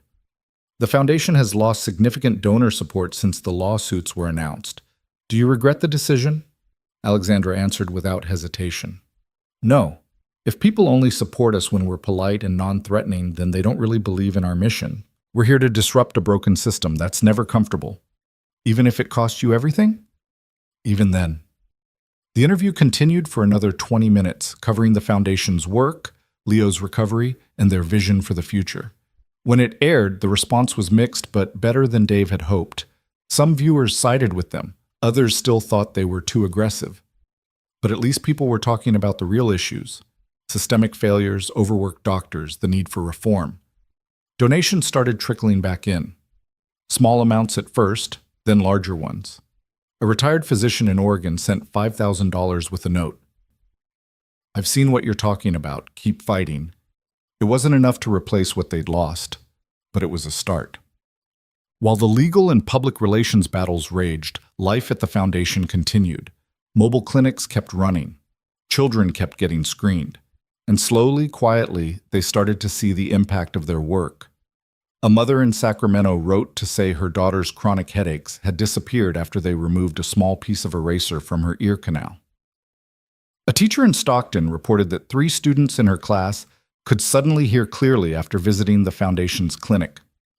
A pediatrician in Los Angeles called to say she had started using a simple otoscope exam as standard practice after hearing about the foundation's work, and had already caught 2 cases of foreign objects she would have missed otherwise. The stories kept coming, each one a small victory, each one proof that what they were doing mattered. But the biggest change came from an unexpected source. 6 weeks after the lawsuits were filed, Dr. Elizabeth Chen, Alexandra's former chief medical officer and one of the named defendants, called the foundation. Rebecca took the call and immediately transferred it to Dave. "Mr. Keller, this is Dr. Chen. I'm sure you remember me." Dave's jaw tightened. "I do. I'm calling to ask for a meeting with you and Miss Morrison. I know I have no right to ask, but I'm asking anyway." Dave wanted to say no. This was the woman who'd dismissed Leo's complaints 14 times, who'd written them off as behavioral issues, who'd been so arrogant she couldn't see what was right in front of her. But something in her voice stopped him. She sounded broken. "I'll talk to Alex," Dave said, "but I'm not making any promises." When he told Alexandra about the call, her first instinct was to refuse. "Why would I meet with her? So she can try to talk me out of the lawsuit? So she can make excuses?" Maybe. Or maybe she's ready to take responsibility. She had 5 years to take responsibility. And maybe now she is ready. Dave met Alexandra's eyes. "We're trying to change hearts and minds, right? That doesn't happen if we refuse to listen when someone wants to change." Alexandra was silent for a long moment. Finally, she said, "Fine, set it up, but you're coming with me." Wouldn't miss it. They met at a coffee shop in downtown Palo Alto, neutral territory. Dr. Chen arrived early, already seated at a corner table when Dave and Alexandra walked in. She stood when she saw them, her face pale, hands trembling slightly. "Thank you for coming," Dr. Chen said. Alexandra didn't sit down immediately. She just stood there, staring at the woman who'd failed her son. "You have 5 minutes," Alexandra said coldly. Dr. Chen nodded. "I deserve that." She gestured to the chairs. "Please, sit." They sat. Dave positioned himself slightly between the 2 women, ready to intervene if things got heated. Dr. Chen took a breath. "I've spent the last 6 weeks thinking about Leo, about every examination I did. Every note I wrote, every time he pointed to his ear and I dismissed it as frustration. And," Alexandra's voice was ice, "and you were right, about everything. I failed him. I was so focused on the big picture, the neurological tests, the genetic factors, the research, that I stopped seeing the boy in front of me. I stopped being a doctor and became a technician." Alexandra said nothing. "I've been practicing medicine for 23 years, Dr. Chen continued. I thought I was good at it. I thought I cared about my patients. But the truth is, I'd become numb. I saw so many cases, so many patients, that I stopped treating them as individuals. They became problems to solve, puzzles to figure out." "Is that supposed to make me feel better?" Alexandra asked. "No. Nothing I say can make what I did better. But I want you to know that I've resigned from my position at Stanford. I'm taking a sabbatical to figure out if I even want to continue practicing medicine." Dave leaned forward. "Why are you telling us this?" Dr. Chen looked at him. "Because you were right too, Mr. Keller. The system is broken. And I was part of the problem. I want to be part of the solution instead." "How?" Dave asked. "I don't know yet, but I'm hoping you'll help me figure it out." Dr. Chen pulled out a folder. "I've been going through my old cases, looking for patterns. For other times, I might have missed something obvious. And I found 3 cases. 3 children I treated over the last 5 years who complained of symptoms I dismissed. I've reached out to their families, offered to do follow-up exams. 2 of them agreed. She slid the folder across the table. Alexandra opened it, scanning the documents inside. You found problems, Alexandra said, her voice softer now. In both cases, yes. One child had fluid buildup that had gone unnoticed. Another had mild hearing loss that I'd attributed to genetic factors, but was actually caused by chronic untreated infections. Jesus, Dave muttered. I know. Dr. Chen's voice cracked. I know. And I have to live with that, but I'm trying to do better. I'm trying to fix what I broke. Alexandra closed the folder and looked at Dr. Chen. For a long moment, she didn't speak. Then she said, My lawsuit stands. You understand that? I do. But if you're serious about changing, about being part of the solution, then the foundation could use someone with your experience, someone who knows how the system works and where it's failing. Dr. Chen's eyes widened. You're offering me a job? I'm offering you a chance to prove you meant what you said, to help us train other doctors, to teach them not to make the mistakes you made. Alexandra's voice was firm. But if you screw this up, if you fall back into old patterns, I will personally make sure you never practice medicine again. Are we clear? Crystal clear. Then welcome to the team. Dr. Chen's addition to the foundation changed the dynamic in unexpected ways. She brought credibility they hadn't had before. A respected physician publicly admitting she'd been wrong and working to fix it. Medical organizations that had condemned them suddenly became more willing to listen. More importantly, she brought insight into how to reach other doctors. She developed training programs that didn't just teach techniques, but forced physicians to confront their own biases and blind spots. The problem isn't that doctors don't know how to examine a patient, Dr. Chen explained during one training session Dave observed. The problem is that we've been trained to trust technology over observation, to value data over instinct. We need to relearn how to see. The training sessions were intense. Doctors were presented with case studies, including Leo's, and asked to identify where the system had failed. Some got defensive. Others broke down in tears, recognizing their own mistakes in the examples. But slowly, minds began to change. A pediatrician from San Francisco took the training and went back to her practice, where she immediately found a small toy lodged in a 3-year-old's ear, something she admitted she would have missed before. An ENT specialist in Sacramento redesigned his examination protocol after attending one of Dr. Chen's workshops. Word spread. More doctors signed up for training. The Foundation's mobile clinics started getting volunteers from the very institutions that had initially condemned them. Dave watched it all unfold with a mixture of pride and disbelief. They were actually doing it, actually changing minds. But he also saw the toll it was taking on Alexandra. She was working 16-hour days, running on coffee and determination. The lawsuits were draining her emotionally, even as she insisted they were necessary. And Leo was still struggling to adjust to his new reality. One evening, after everyone else had gone home, Dave found Alexandra in her office, staring at her laptop screen with glazed eyes. You need to go home, Dave said. I'm fine. You're not fine. You're running yourself into the ground. Alexandra looked up at him. I can't stop, Dave.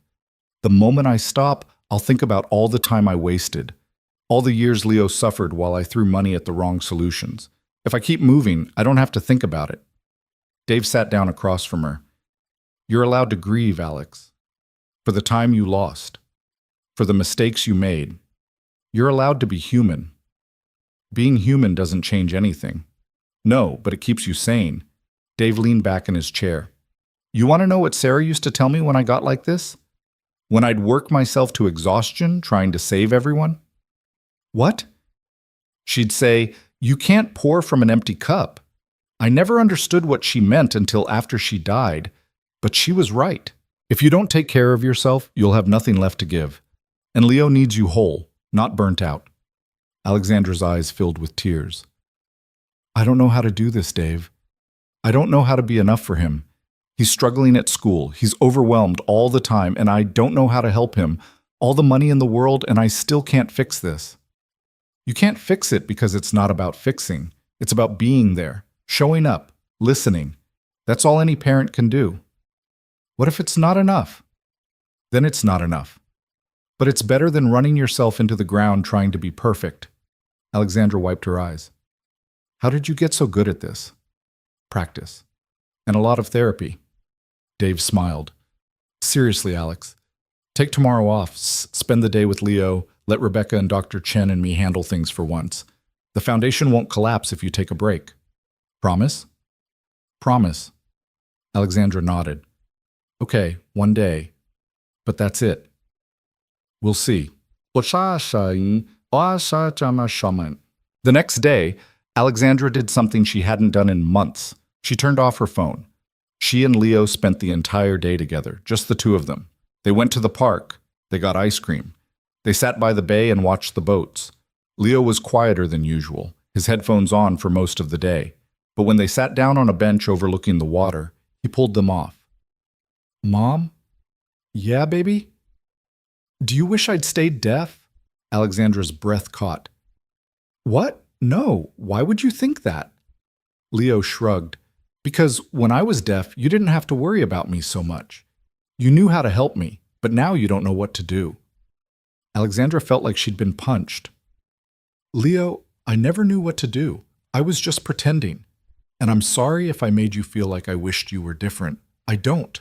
I'm learning too, just like you are. It's hard, Mom, hearing everything. People are so loud and mean, and I don't know how to make it stop. I know, baby. I know. Alexandra pulled him close. But you don't have to do it alone. We'll figure it out together. You and me and Dave and Ethan.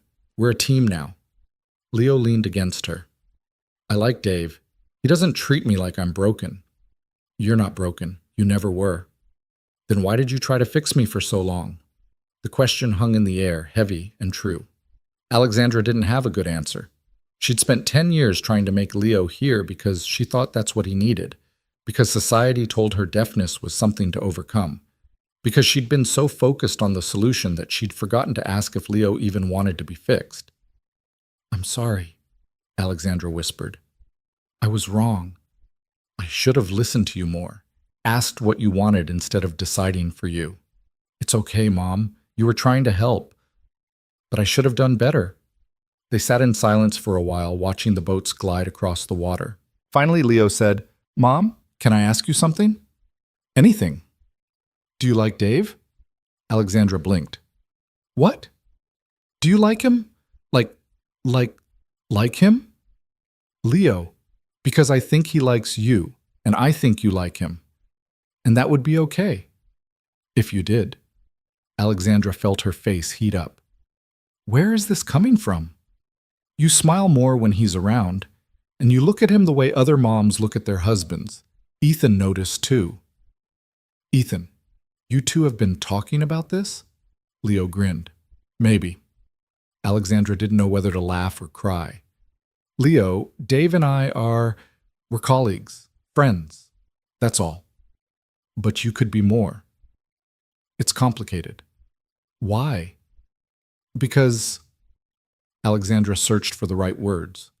Because his wife died, and he's still healing, and I don't want to complicate his life. But what if he wants it to be complicated? What if he likes you too? Alexandra looked at her son, at his hopeful expression, and felt something shift in her chest. When had he gotten so perceptive? When had he started caring about her happiness instead of just his own? I'll think about it, Alexandra said finally. Good. Because you deserve to be happy, Mom. And so does Dave. And I think you'd make each other happy. Alexandra hugged him tight. This boy who'd lived 10 years in silence and still somehow understood people better than she did. When did you get so wise? She asked. I don't know. Maybe hearing unlocked my brain or something. Alexandra laughed, and for the first time in months, it felt real. That night, after dropping Leo off at home, Alexandra found herself driving to Dave's house. She hadn't planned it, hadn't called ahead. She just drove. When she knocked on the door, Dave answered in sweatpants and an old t-shirt, clearly ready for bed. Alex, is everything okay? I don't know, Alexandra said honestly. Can I come in? Dave stepped aside. Of course. His house was small, cluttered with Ethan's toys and school projects. Nothing like Alexandra's pristine estate, but it felt warm, lived in, real. "Ethan's asleep," Dave said, gesturing toward the hallway. "You want some tea or something?" "No, I just—" Alexandra sat on the couch, suddenly unsure why she'd come. "I talked to Leo today, about a lot of things." "That's good. You needed that. He asked me if I liked you." Dave froze. "He what?" "He asked if I liked you. Apparently he and Ethan have been conspiring." Despite everything, Dave laughed. "Kids, they have no filter. He thinks we'd be good together, that we make each other happy." Dave sat down slowly, keeping a careful distance between them. "Alex, I know it's complicated. I know you're still healing from Sarah. I know this isn't the right time. I know all of that." Alexandra looked at him. "But he's not wrong. You do make me happy, happier than I've been in years, and I don't know what to do with that." Dave was quiet for a long moment. Then he said, "Sarah's been gone for 7 years, and for most of those 7 years I was just existing, going through the motions, trying to be a good dad for Ethan, but I wasn't really living. And now? Now I feel alive again, because of the foundation, because of the work, because of you and Leo." Dave met her eyes. "But I'm terrified, Alex. Terrified of letting someone in again, terrified of losing them, terrified that I'm not ready." "What if you never feel ready?" "Then I guess I'll die alone." Alexandra reached out and took his hand. "Or you could take a chance. See what happens. No pressure, no expectations, just see." Dave looked down at their joined hands. He thought about Sarah, about the life they'd built together, about the promise he'd made to her in the hospital, knowing she was dying. "I'll take care of Ethan. I'll be okay. I promise." He'd kept half that promise. He'd taken care of Ethan. But he hadn't been okay. Not really. Maybe it was time to try. "Okay," Dave said quietly. "Let's see." Alexandra smiled, and in that moment something shifted between them. Not love. Not yet. But the possibility of it. The beginning of something neither of them had expected, but both desperately needed. They sat on the couch for another hour, talking about everything and nothing. About their fears and hopes. About the foundation and their children. About the future they were building together, one day at a time. When Alexandra finally left, Dave stood in the doorway and watched her drive away. For the first time since Sarah died, he felt something other than grief when he thought about the future. He felt hope, and that was enough. The weeks that followed Alexandra's late-night visit brought a shift so subtle that at first, neither Dave nor Alexandra acknowledged it out loud. But it was there in the small moments, the way their hands would brush when passing documents, the way Alexandra's eyes would seek him out across crowded rooms, the way Dave found himself checking his phone, hoping for her messages. They were careful. Neither wanted to rush into something that could complicate their work or hurt their children. But the pull was undeniable, and both Leo and Ethan noticed long before the adults were ready to admit anything had changed. "Dad's smiling more," Ethan observed one morning while Dave made breakfast. "Like, a lot more." "I smile," Dave protested, flipping pancakes. "Not like this. This is different. This is like when you look at pictures of Mom and you're remembering the good stuff instead of being sad." Dave paused, spatula in midair. His son was 7 years old and already more perceptive than most adults. "I'm just happy with the work we're doing. The foundation's making a real difference." "Uh-huh. And Ms. Morrison has nothing to do with it? When did you get so nosy?" Ethan grinned. "Leo and I made a bet.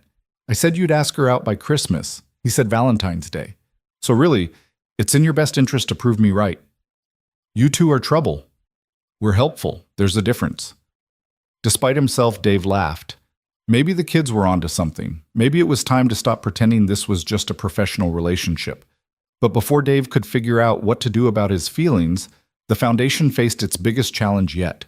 It started with a phone call to the foundation's hotline.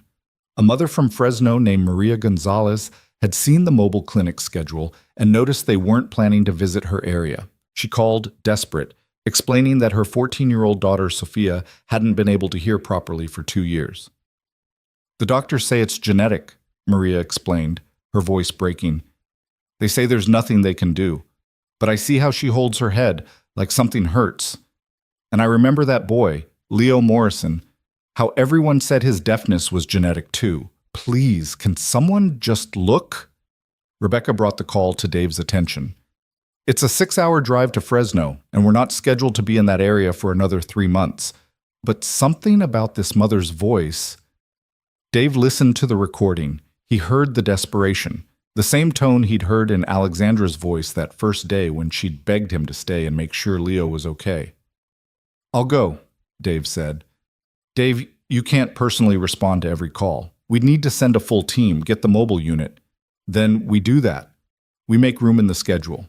Isn't this exactly why we started the foundation, for kids like Sophia? Rebecca sighed. You're right. I'll call the mother back and set something up for this weekend. But when Rebecca called Maria back, there was a problem. Sophia had suddenly taken a turn for the worse. She was running a fever, complaining of severe pain, and had become disoriented. The local ER sent her home, Maria sobbed. They said it's just a viral infection, but she's getting worse. I don't know what to do. Dave made a decision that would later be called either incredibly brave or incredibly reckless, depending on who was telling the story. He packed his old paramedic bag, the one he'd kept in his closet all these years, threw it in his truck, and started driving.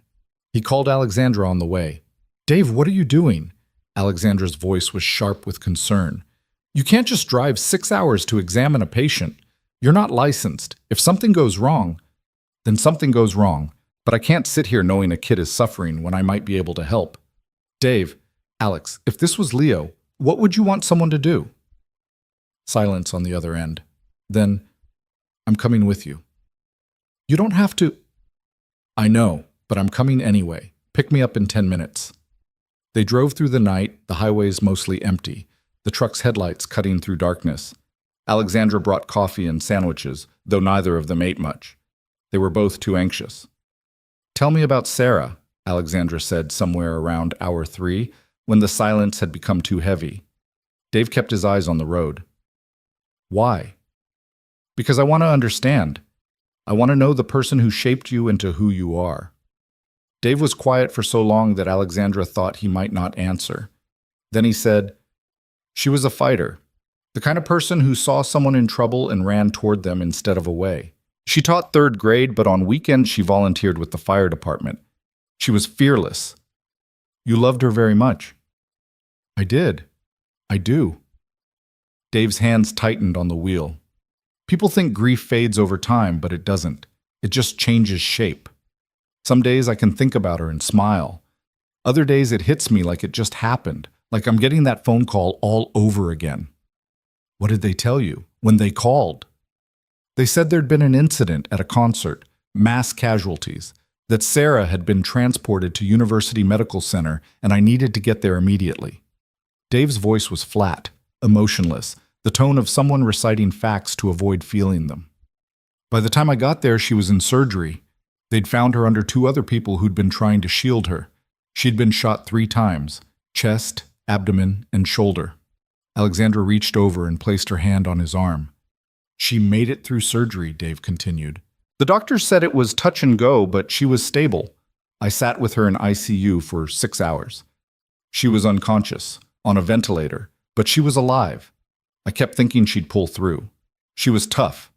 She always pulled through. But she didn't.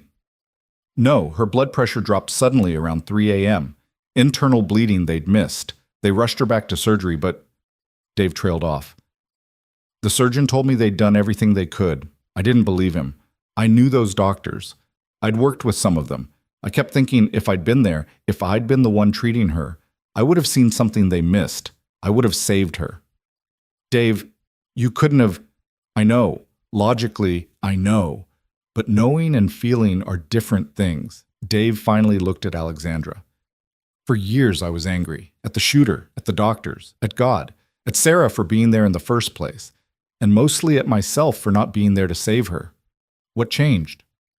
Ethan. He started asking questions about his mom, started asking if she was proud of him, and I realized I was so busy being angry that I was forgetting to honor her. Sarah wouldn't want me to spend the rest of my life drowning in guilt. She'd want me to live, to find joy again, to teach our son that love doesn't end with death. Alexandra was quiet for a long moment.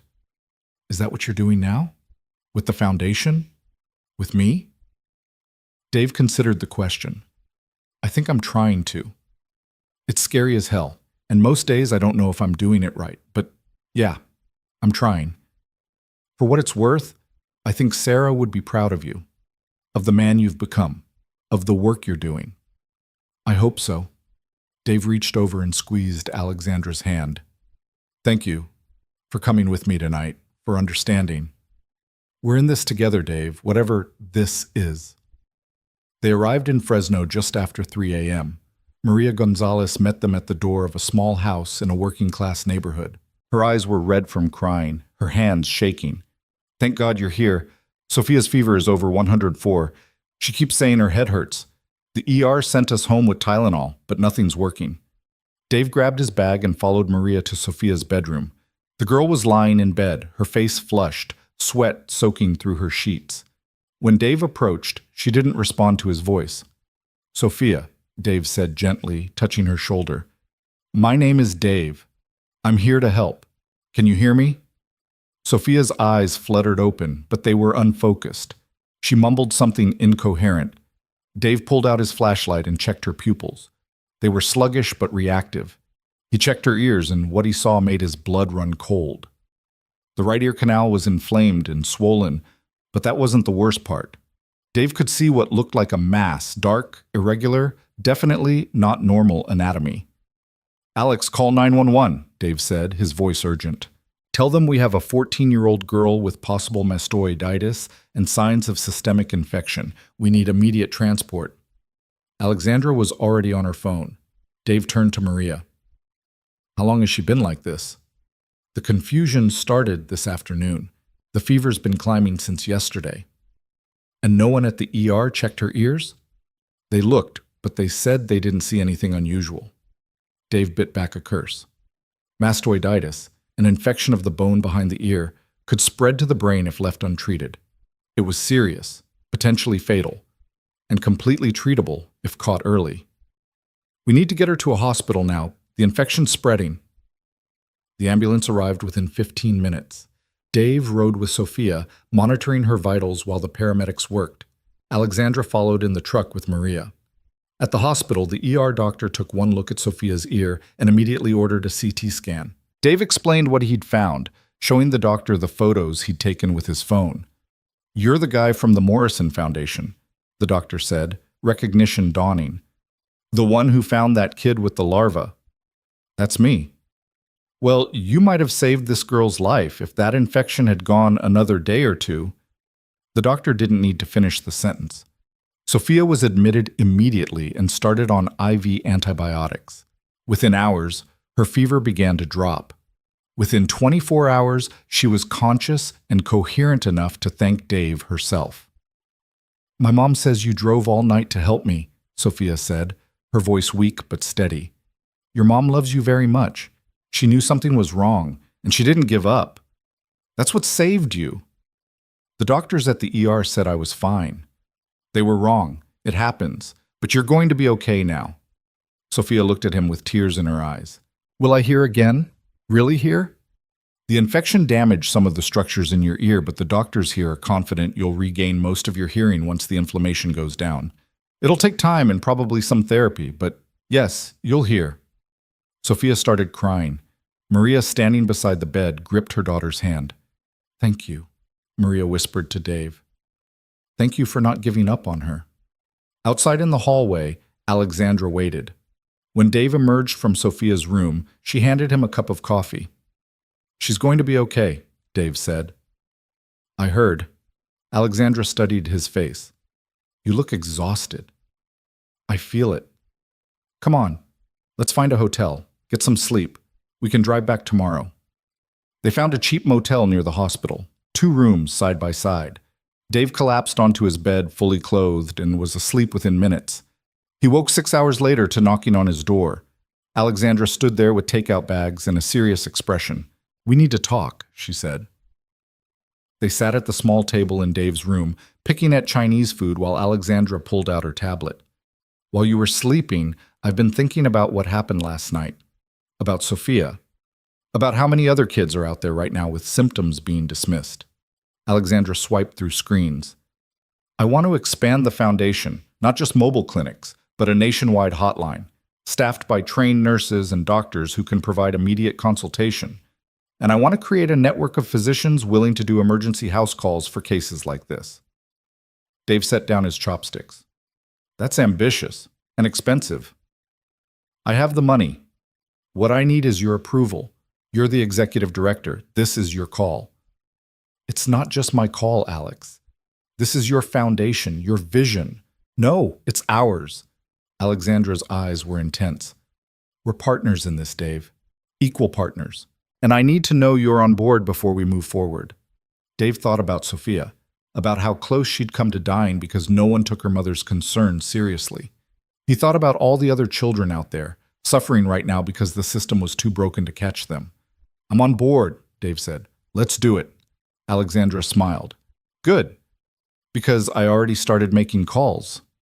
Of course you did. They spent the next 2 hours planning. By the time they checked out of the motel, they had a framework for what would become the Morrison Emergency Response Network, a 24/7 hotline connecting families with medical professionals who actually listened. The drive home was quieter than the drive out.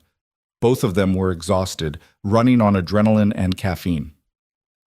About an hour from Palo Alto, Alexandra broke the silence. Dave, can I ask you something? Sure. Last night, when you were working on Sophia, you were different, more confident, more alive. I realized I'd never seen you in your element before. Not really. Being a paramedic was a long time ago. But you're still good at it, better than good. You were meant to do this kind of work. Alexandra paused. Do you ever regret leaving emergency medicine? Dave was quiet for a long time. Every day. But I also know I wasn't ready to go back. Not after Sarah. I would have burned out. Hurt people by being too broken to help them properly. And now? Now I think maybe I'm finding my way back, just in a different form. Dave glanced at her. The foundation lets me use those skills without the trauma of working in emergency rooms. I can help people without reliving the worst night of my life every shift. So we're both healing then. You from loss, me from guilt. Guess so. They pulled into Alexandra's driveway just as the sun was setting.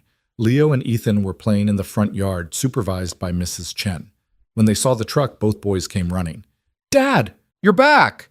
Ethan crashed into Dave's legs. Leo was more reserved, but his eyes were bright. Mom said you saved a girl's life.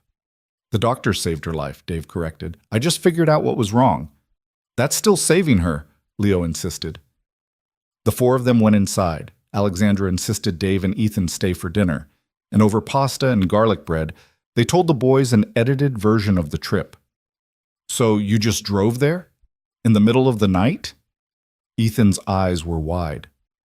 Sometimes that's what you have to do, Dave said. When someone needs help, you help. That's it. Like a superhero, Ethan said. More like a person doing what's right.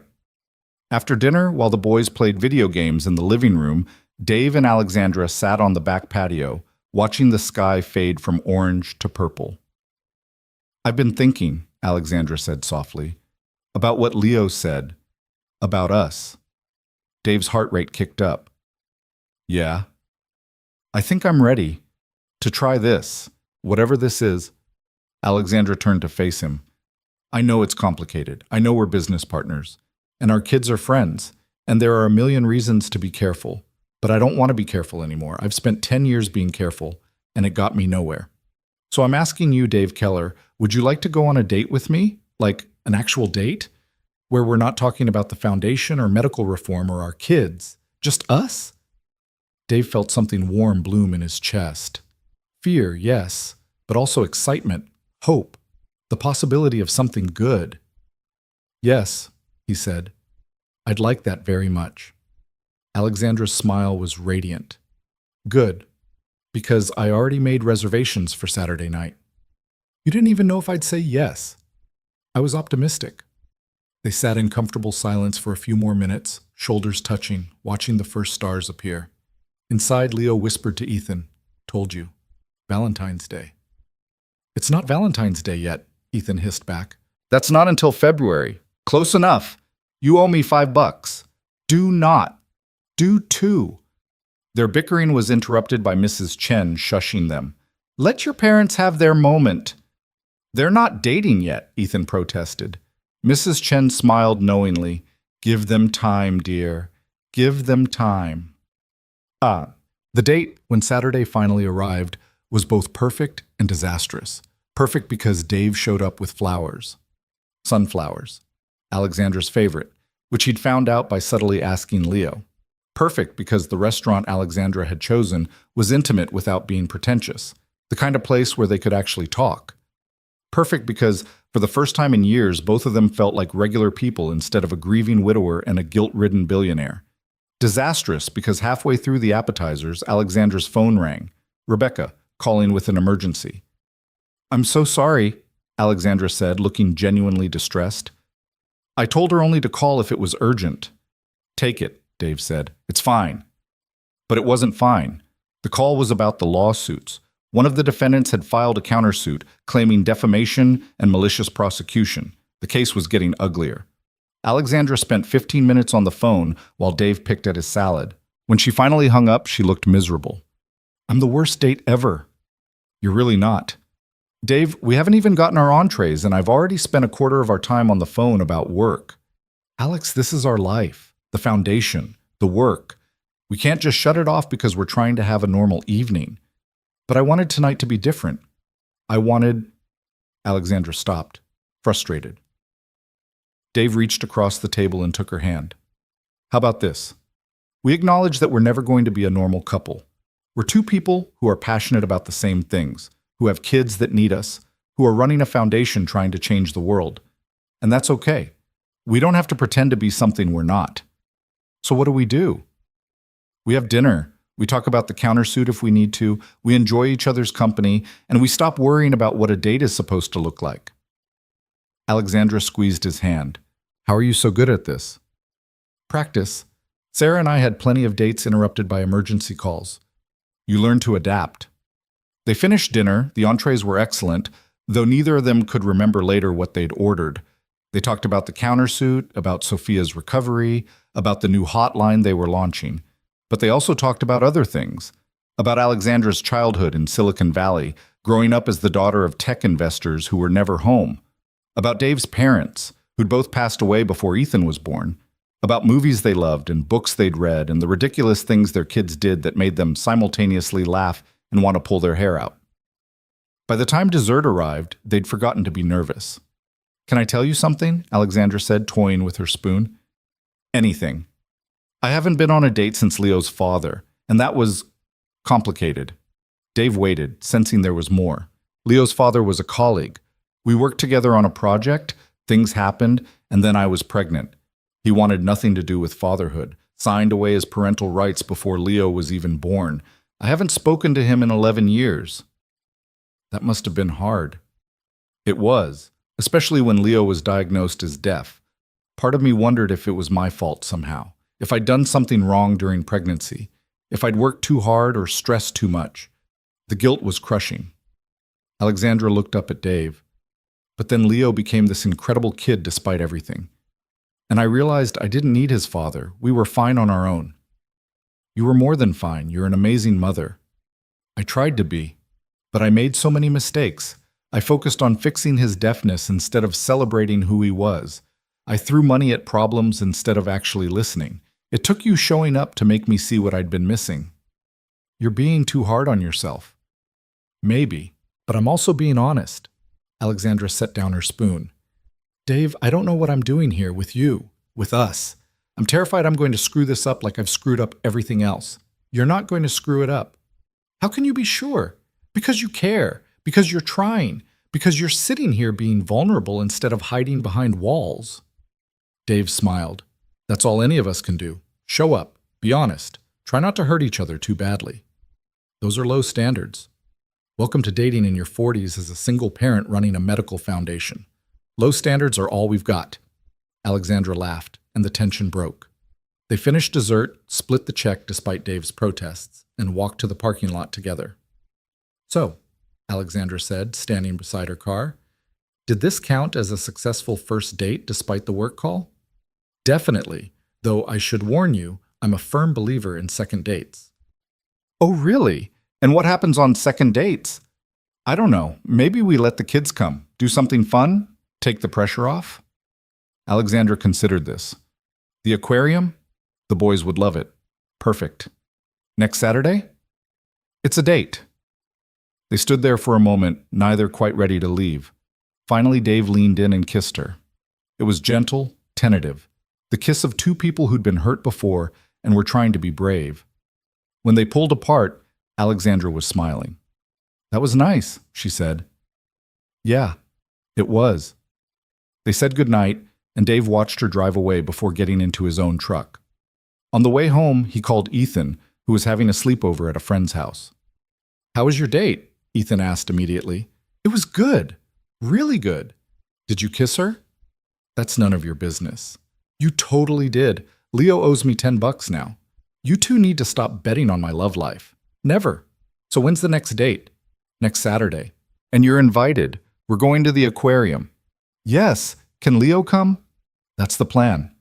"This is the best day ever." Dave smiled. "Yeah, buddy, it kind of is." The week that followed was chaos. The countersuit generated negative press. 3 more donors pulled out. 2 board members resigned. Rebecca looked like she was on the verge of a nervous breakdown. But through it all, the foundation kept working. The mobile clinics kept running. The hotline launched successfully, fielding over 200 calls in the first 48 hours. And Sofia Gonzalez was released from the hospital with a treatment plan and a promise to follow up with the foundation's audiology team.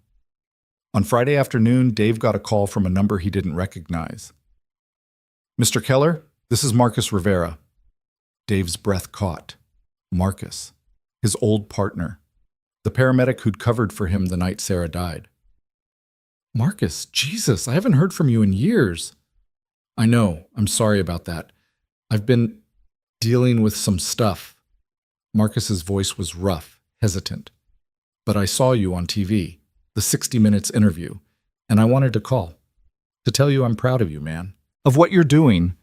Dave felt his throat tighten. "Thanks. That means a lot. I'm in Arizona now, working construction like you heard. It's good work, honest. But I miss medicine sometimes. Miss feeling like I was making a difference." "You made a difference, Marcus. You always did. Not enough. Not the night that mattered." Marcus was quiet for a moment. "I tried to save her, Dave. Sarah. I tried everything. But there were so many people, so much blood, I couldn't—" I know you did everything you could." "I'm sorry. I'm so sorry I couldn't save her." Dave closed his eyes. "It wasn't your fault. It was never your fault. You were a hero that night, Marcus. You saved lives. Just because you couldn't save everyone doesn't mean you failed." Marcus made a sound that might have been a sob. "I needed to hear that. I've been carrying that guilt for 7 years. So have I, but I'm learning to put it down. You should too." They talked for another 20 minutes, catching up, sharing stories, finding a kind of closure that neither had known they needed. When Marcus finally hung up, Dave sat in his office staring at the phone. Alexandra found him there 10 minutes later. "Hey, you okay?" Dave looked up. "Yeah, just got a call from an old friend, someone I thought I'd lost." "Good news?" "The best." Alexandra sat beside him. "Want to talk about it?" Dave told her about Marcus, about the guilt they'd both been carrying, about the relief of hearing his old partner's voice and knowing he was okay. "Sounds like you both needed that conversation," Alexandra said. "We did." Dave leaned back in his chair. "You know what's funny? For years I avoided thinking about that night, avoided anyone connected to it. But now I'm realizing that avoiding it didn't make it hurt less. It just made me lonely. And now? Now I'm facing it, talking about it. And it still hurts, but it's different. It's manageable." Alexandra rested her head on his shoulder. "I'm glad you called Marcus back. I'm glad you're healing. We're both healing, together." They sat like that for a while, comfortable in the silence, until Rebecca knocked on the door with another crisis that needed handling. Such was life at the Morrison Foundation. Chaos and hope, progress and setbacks, all tangled together in a way that was exhausting and exhilarating in equal measure. But Dave wouldn't have traded it for anything, because for the first time in 7 years, he was exactly where he was supposed to be. Saturday morning arrived bright and clear, the kind of California day that made people forget winter existed anywhere else. Dave picked up Alexandra and Leo at 9, Ethan bouncing with excitement in the back seat. "Did you know the Monterey Bay Aquarium has over 35,000 animals?" Ethan announced as soon as Leo climbed into the truck. "I read about it online, and they have sea otters and jellyfish and this huge kelp forest tank that's 3 stories tall." Leo signed something, and Alexandra translated. "He says he's most excited about the touch pools. He wants to feel what a starfish feels like." "We can spend all day there if you want," Dave said, pulling onto the highway. "No rush." The drive took 2 hours, and the boys spent most of it playing games on Leo's tablet, while Dave and Alexandra talked quietly in the front seat about everything except work. It felt normal, domestic even, like they were a family taking a weekend trip instead of 2 damaged people trying to figure out how to be happy again. The aquarium was crowded, full of families and tourists and school groups. Leo kept his noise-canceling headphones on, but Dave noticed he was wearing them less these days. The world was becoming manageable, one sound at a time. They spent hours wandering through exhibits. Ethan pressed his face against every glass tank, narrating facts he'd memorized. Leo was quieter, but equally enchanted, especially when they reached the touch pools and he could run his fingers through the cool water, feeling sea anemones contract and hermit crabs scuttle across his palm. "It tickles," Leo said aloud, his speech still careful but improving every day. "They're so weird." A little girl standing next to Leo looked at him curiously. "Why do you talk funny?" Before Dave or Alexandra could intervene, Ethan stepped forward. "He talks like that because he just learned how. He couldn't hear for his whole life until a few months ago, so talking is new. It's actually really cool if you think about it." The little girl's eyes went wide. "You couldn't hear at all?" Leo shook his head. "Not until my mom's friend Dave found a bug in my ear." "A bug?" The girl looked horrified and fascinated in equal measure. "Like a real bug?" "A larva," Leo confirmed. "It was gross." The girl ran off to tell her parents, and Leo turned to Ethan with a small smile. "Thanks." "That's what friends do," Ethan said simply. "We've got each other's backs." Dave felt Alexandra's hand slip into his, and when he looked at her, there were tears in her eyes. "They're good kids," Dave whispered. "The best," Alexandra agreed. They ate lunch in the aquarium's cafe, the boys debating which sea creature would win in a fight, while Dave and Alexandra watched with amusement. "Octopus, definitely," Ethan insisted. 8 arms. They can change color. They're basically ninjas. "But sea turtles have shells," Leo countered. "They're protected. The octopus can't hurt them." "It doesn't need to hurt them. It just needs to outsmart them." "Since when is this about smarts? I thought we were talking about fighting." Dave leaned toward Alexandra. "This could go on for hours." "I know, it's perfect." After lunch, they visited the sea otter exhibit. The otters were putting on a show, diving and spinning and cracking open shells on their bellies. One particular otter kept returning to the glass where Leo stood, pressing its face close as if trying to get a better look at the boy. "I think he likes you," Alexandra said. Leo placed his hand on the glass, and the otter mirrored the gesture with its paw. For a moment, boy and animal stared at each other through the barrier, and Dave felt something profound in the exchange. 2 creatures learning to exist in a world that wasn't quite built for them, finding ways to adapt and thrive anyway. "Mom," Leo said quietly, not taking his eyes off the otter. "I'm glad I can hear now, even though it's hard sometimes." Alexandra knelt beside her son. "Yeah?" "Yeah. Because I wouldn't have heard Ethan standing up for me today, or the sound the sea anemones make when the water moves, or you laughing." Leo looked at her. "I like your laugh." Alexandra pulled him into a hug, and Dave had to look away, his own eyes stinging. They stayed until closing time, the boys exhausted but happy as they trudged back to the truck. Both fell asleep within minutes of hitting the highway.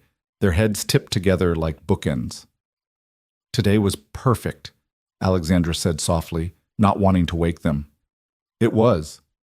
Dave, can I ask you something? When you think about the future now, what do you see? Dave considered the question carefully. 6 months ago, the future had been a gray blur, something to be endured rather than anticipated. But now? I see Ethan growing up, learning who he is. I see the foundation expanding, helping more kids. I see... He hesitated. I see you and Leo. I see us figuring this out together, whatever this becomes. And that doesn't scare you? It terrifies me, but it also makes me happy. And I haven't felt happy in a long time. Alexandra reached over and squeezed his knee. Me too. They drove in comfortable silence until Dave's phone rang. Rebecca's name flashed on the screen. I should probably take this, Dave said apologetically. Go ahead. Dave answered on speakerphone. Hey, Rebecca, what's up? Dave, I'm so sorry to call on your day off, but we just got some news. The countersuit was dropped. Dave nearly swerved. What? Dr. Chen, she reached out to her former colleagues, had some frank conversations about what happened with Leo and what we're trying to accomplish. She convinced 3 of the defendants to drop out of the countersuit. Without them, the case fell apart. That's incredible. It gets better. 2 of those doctors want to join our training program. They said if they'd failed Leo that badly, they needed to learn how to do better. Dave looked at Alexandra, who had tears streaming down her face. Rebecca, that's the best news we could have gotten. I thought you'd want to know right away. Enjoy the rest of your day off. We'll celebrate properly on Monday. When Dave hung up, Alexandra was openly crying. Hey, it's good news, Dave said, concerned. I know, Alexandra wiped her eyes. For months, I've been so angry. At the doctors, at the system, at everyone who failed Leo. And now some of them are actually trying to change. To be better. It feels like maybe we're actually making a difference. We are making a difference. Every day. Alexandra laughed through her tears. Look at us. Can't even take a day off without work finding us. Told you we'd never be a normal couple. Good. Normal is overrated. The following week brought more changes. The story about the dropped countersuit made national news, framing it as a victory for patient advocacy and medical reform. Donations started pouring in again, not just from wealthy benefactors, but from regular people sending $20, $50, whatever they could spare, with notes that said things like, "Thank you for fighting for our kids," and "My daughter was misdiagnosed for years. I wish you'd been around then." The foundation's hotline was overwhelmed with calls. Rebecca hired more staff to handle the volume. Dr. Chen's training programs expanded to 5 cities. The mobile clinics added 3 more units to their fleet. But the biggest change came from an unexpected source. 2 weeks after the aquarium trip, Dave got a call from Marcus Rivera. I've been thinking, Marcus said without preamble, about what you said, about making a difference. Yeah? I want to come back. Not to emergency medicine. I don't think I can handle that yet. But maybe I could work with your foundation, use my skills to help kids instead of reliving the worst night of my life every shift. Dave felt something swell in his chest. Marcus, are you serious? Dead serious. I've got my paramedic license still. I could staff the mobile clinics, train volunteers, help with the emergency response network you're building. If you'll have me. If we'll have you? Marcus, you'd be perfect. When can you start? How about Monday? Dave laughed. Monday it is. Welcome to the team. When he told Alexandra, she immediately started making arrangements. We'll set him up with an apartment near the office. Get him enrolled in our benefits. Does he have family? 3 kids, wife, they're all in Arizona. Then we'll help them relocate, whatever they need. Alex, you don't have to... Yes, I do. He's your friend. He's helped save lives. And we need good people. Alexandra smiled. Besides, this is what the foundation is about. Second chances, redemption, building something better from broken pieces.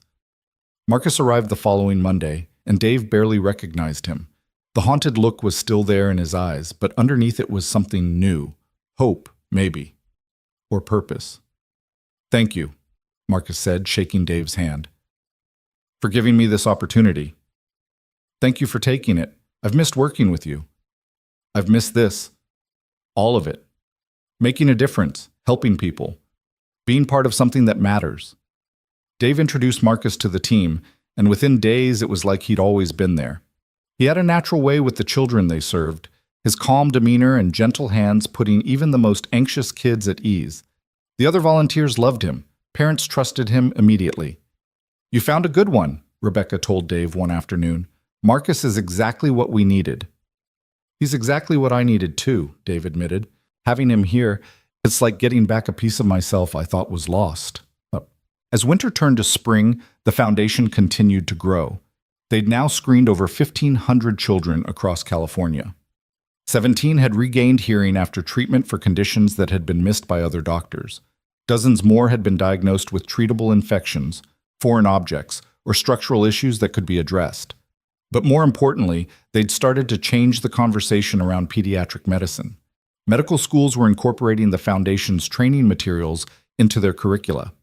Insurance companies were updating their coverage requirements to include more comprehensive pediatric exams, and parents everywhere were learning to advocate more fiercely for their children. The lawsuits were settled quietly out of court. The doctors involved agreed to participate in mandatory training and to pay settlements that were donated to the foundation. It wasn't perfect, but it was progress. Through it all, Dave and Alexandra's relationship deepened.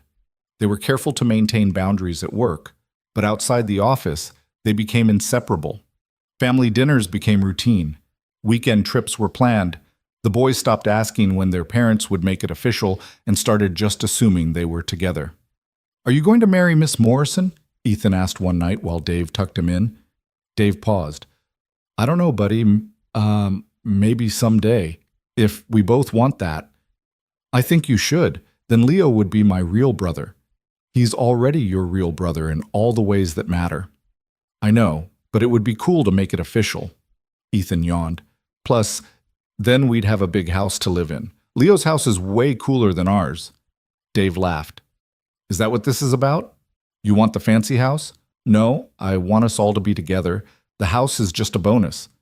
Dave kissed his son's forehead. "We'll see, bud. Good things take time."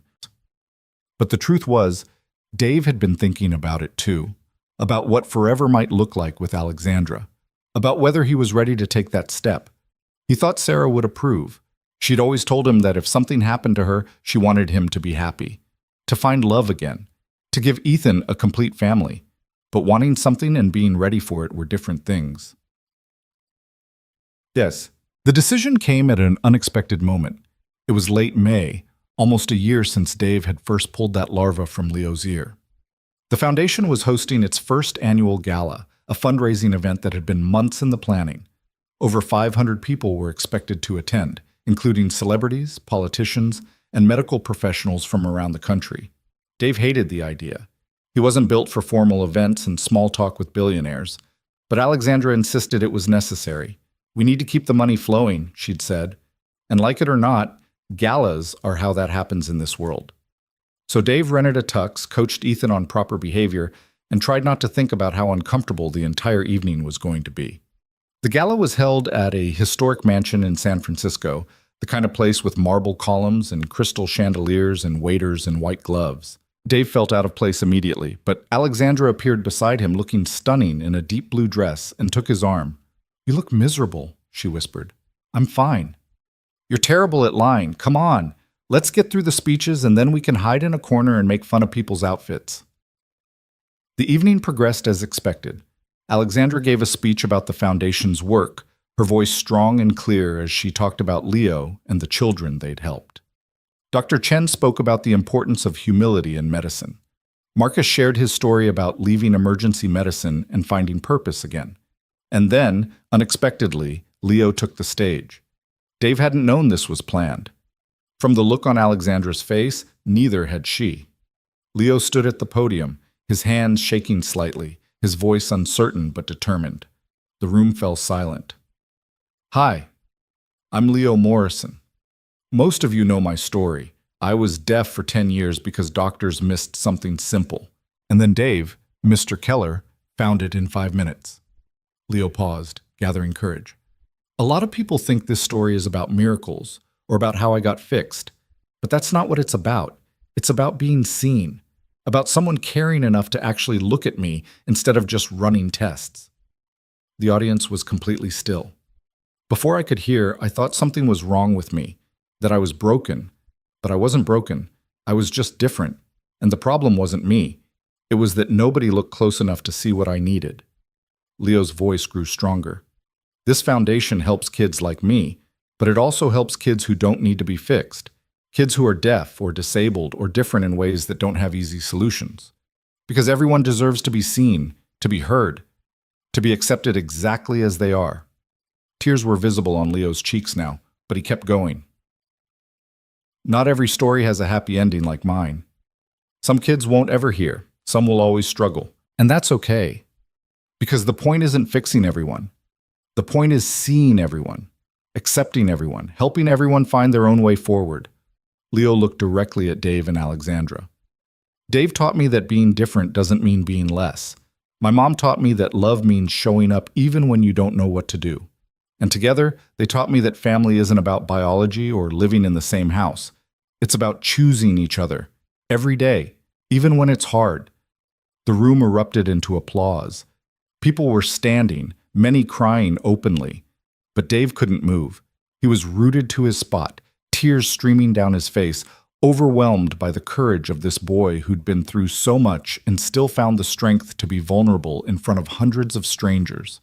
Alexandra was crying too, her hand clutched in Dave's. When Leo stepped down from the stage, she ran to him, pulling him into her arms.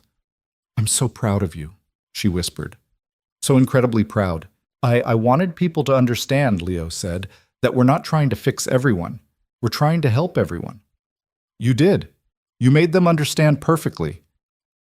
The rest of the evening was a blur. People approached Dave and Alexandra constantly, wanting to donate, to volunteer, to share their own stories. By the time the gala ended, they'd raised over $2 million, far more than they'd hoped. But money wasn't what Dave was thinking about as he drove home that night, Ethan asleep in the back seat. He was thinking about what Leo had said, about choosing each other, about family being more than biology. He was thinking about Sarah and the life they'd built together, about how she'd made him promise to be happy if something happened to her, and he was thinking about Alexandra, about the way she looked at him when she thought he wasn't paying attention, about how their kids had become brothers in all the ways that mattered, about how, for the first time since Sarah died, he could imagine a future that included love and partnership and all the messy, beautiful complications that came with it. He was ready. A week later, Dave asked Ethan for permission. "I'm thinking about asking Ms. Morrison to marry me," Dave said over breakfast, "but I wanted to make sure you were okay with it first." Ethan looked up from his cereal, eyes wide. "Really? You're really going to ask her? If you're okay with it, this affects you too, buddy. You'd be getting a new mom, a brother, a whole new life." "Would we live in the big house?" Dave laughed. "I don't know. We'd figure that out together. But that's not what I'm asking. I'm asking if you'd be okay with me marrying her, with us becoming a family." Ethan was quiet for a long moment. Then he said, "Will you stop being sad?" Dave's breath caught. "What?" "When you talk about Mom, you get sad. Even when you're smiling, I can see it. You miss her." Ethan's eyes filled with tears. "I miss her too, but I don't want you to be sad forever. I want you to be happy.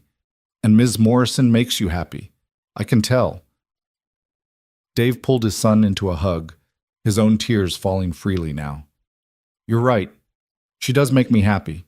And marrying her doesn't mean I love your mom any less. It just means I'm ready to love someone else too.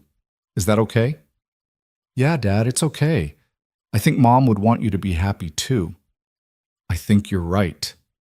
"So can I be in the wedding?" Dave laughed through his tears. "Absolutely. You and Leo both." "Yes." "Wait until Leo finds out. He's going to freak out." "Well, I have to actually propose first, and she has to say yes. She'll say yes, she loves you. Anyone can see that."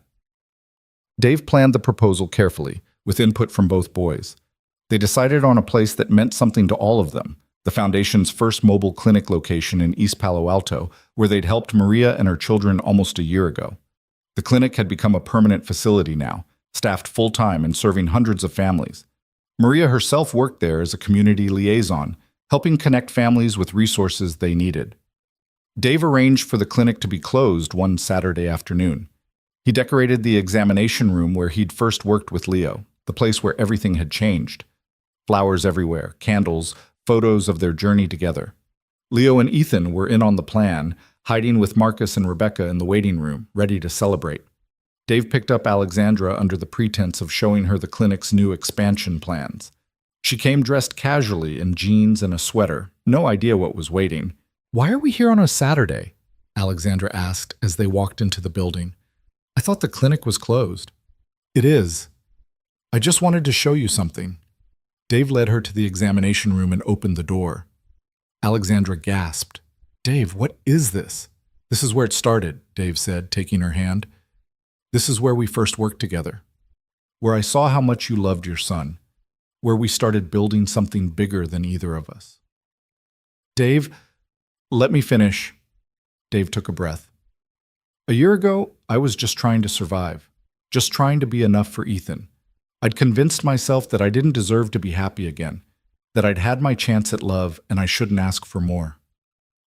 Tears were already streaming down Alexandra's face. "And then I met you. And you reminded me that life doesn't stop because tragedy happens, that there's still joy to be found, still love to be given, still purpose to be discovered." Dave got down on one knee, pulling a ring from his pocket. "Alexandra Morrison, you are the strongest, most passionate, most infuriating woman I've ever met. You challenge me, you inspire me, you make me want to be better, and I love you. I love you so much it terrifies me. But I'm done being afraid. So I'm asking, will you marry me?" Alexandra was sobbing now, nodding before she could even speak. "Yes. God, yes. Of course, yes." Dave slipped the ring on her finger, a simple band with a small diamond, nothing ostentatious, just like Alexandra had once mentioned she preferred, and stood to kiss her. The waiting room erupted in cheers as Leo and Ethan came running in, followed by Marcus, Rebecca, Dr. Chen, and a dozen other Foundation staff members who'd been waiting to celebrate. "You knew?" Alexandra asked Leo, who was grinning ear to ear.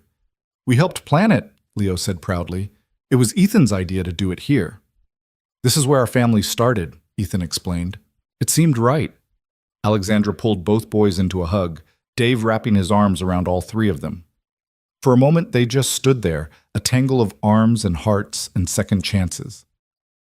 "We're really doing this," Alexandra whispered.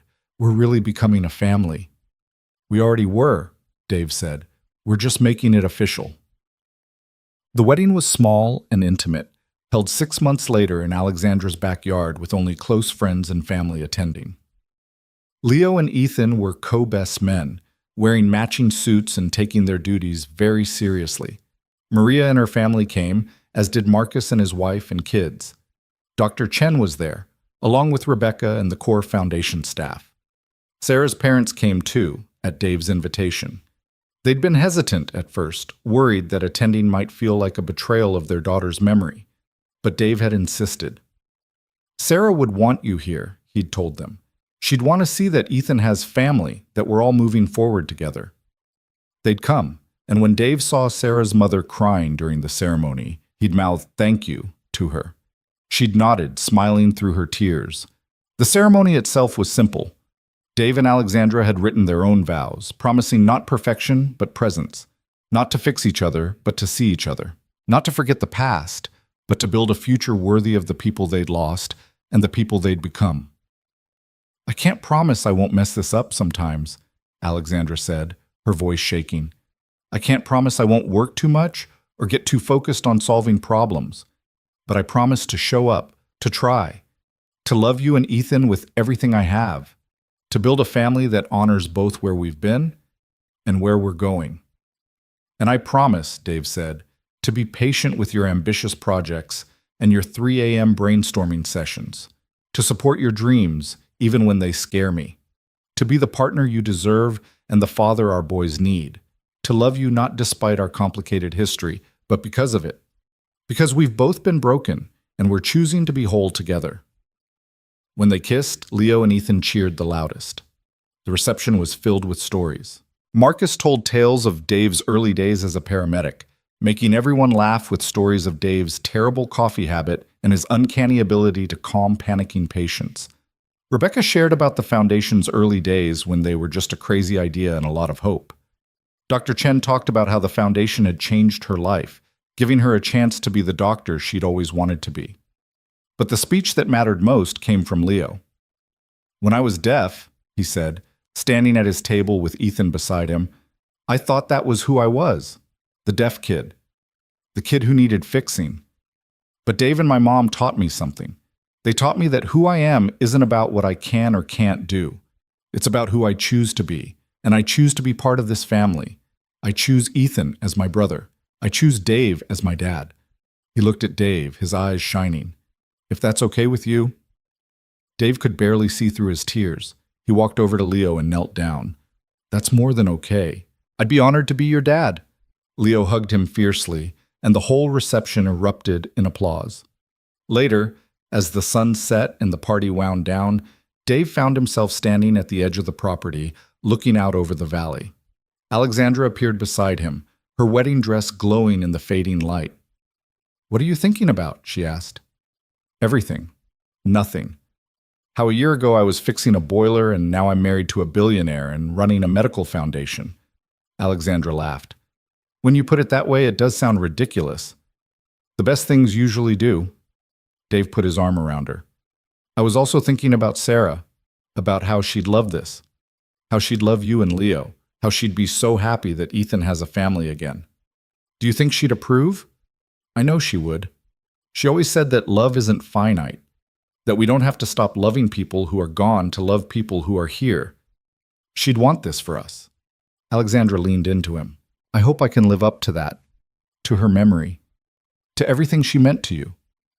You don't have to live up to anything. You just have to be you. That's all I need." They stood in comfortable silence, watching the last light fade from the sky. Tomorrow they'd start their honeymoon, a week in Hawaii with the boys, because neither could bear to be away from their kids for long. Next month they'd merge households, figuring out how to combine their lives into something new and whole. And after that, the foundation would continue growing, helping more children, changing more minds, building something that mattered.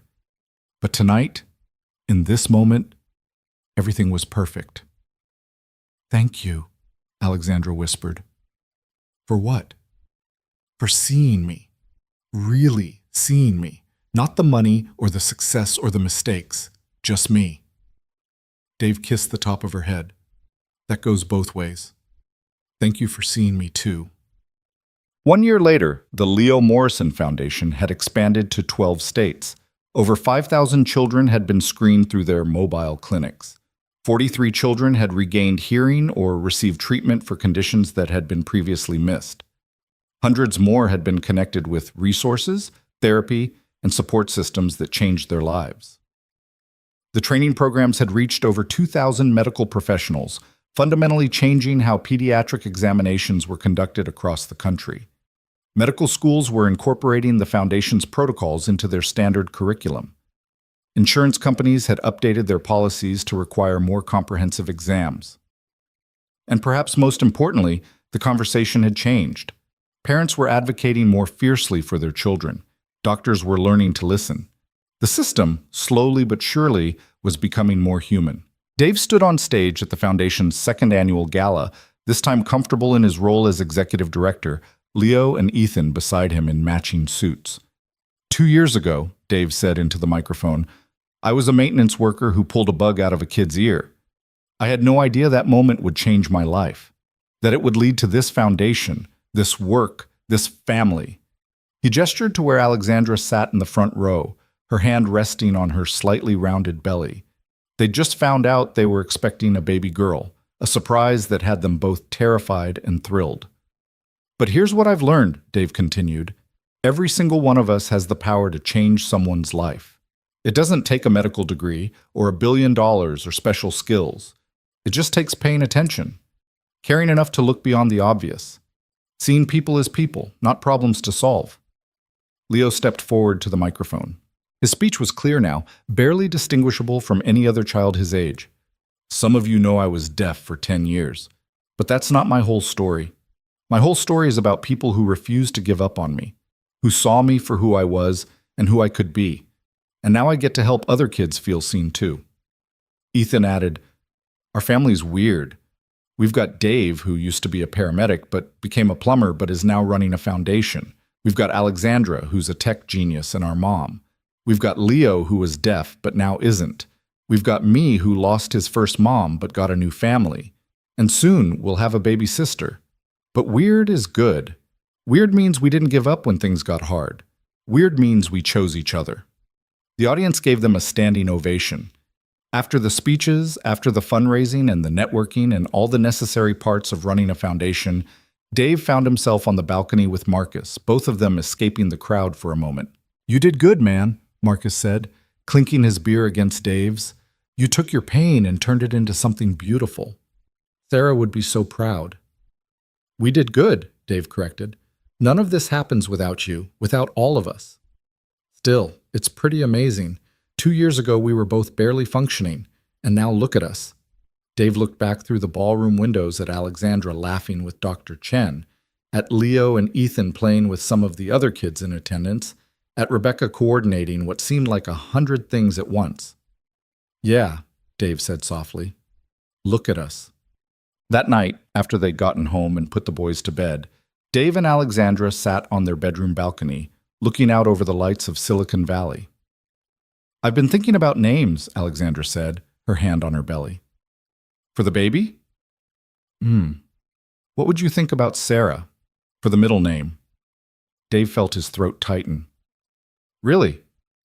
She's part of our story, part of who you are, which makes her part of who we are as a family.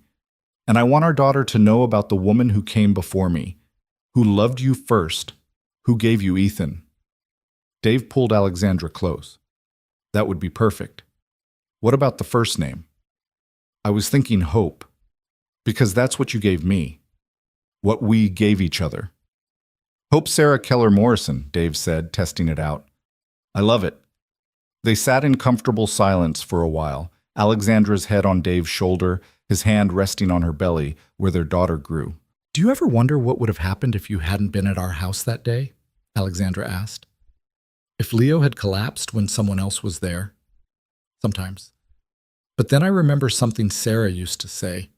She believed that we end up exactly where we're supposed to be, even if the path there is painful. And I think she was right. Everything that happened, losing her, those 7 years of grief, even fixing boilers, it all led me here. To you. To this family. To this work that matters. You really think it was meant to be? I think we make it mean something by choosing to show up, by choosing each other, by choosing to build something good from the broken pieces." Dave kissed her forehead.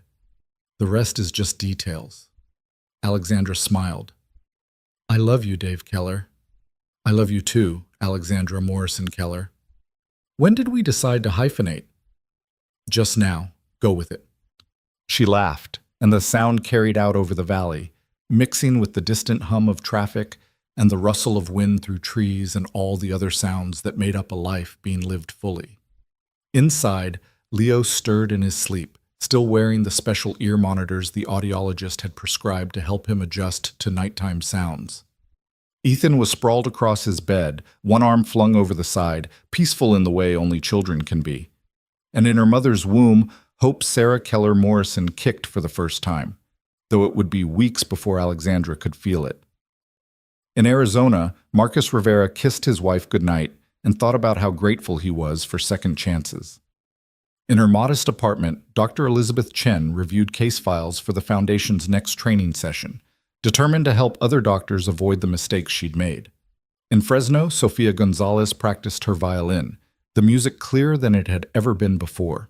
And in East Palo Alto, Maria watched her children sleep and whispered a prayer of thanks for the foundation that had saved her daughter's life. All of these lives, connected by a single moment when one man looked at one boy and chose to see him. Really see him. That was the real miracle. Not the bug that was found or the hearing that was restored, but the choice to care. The decision to act. The willingness to believe that one person really could make a difference. Dave stood up, offering his hand to Alexandra. "Come on, let's go to bed. Big day tomorrow." "What's tomorrow?"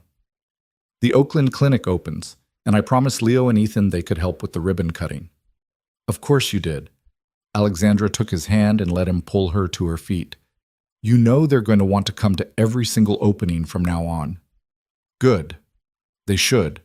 This is their legacy as much as ours. They walked inside together, checking on the boys one more time before retiring to their own room.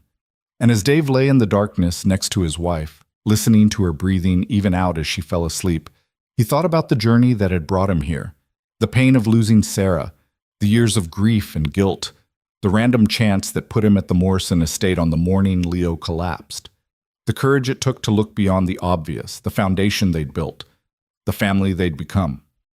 It wasn't a fairy tale. There were still hard days, still moments of doubt, still times when the weight of the past felt overwhelming. But there was also joy, purpose, love, hope. And in the end, that was enough. More than enough. It was everything. Dave closed his eyes and let sleep take him, knowing that when he woke, there would be work to do, children to help, lives to change, a family to love. The sound of silence had given way to the sound of life, messy and beautiful and real. And he wouldn't trade it for anything in the world.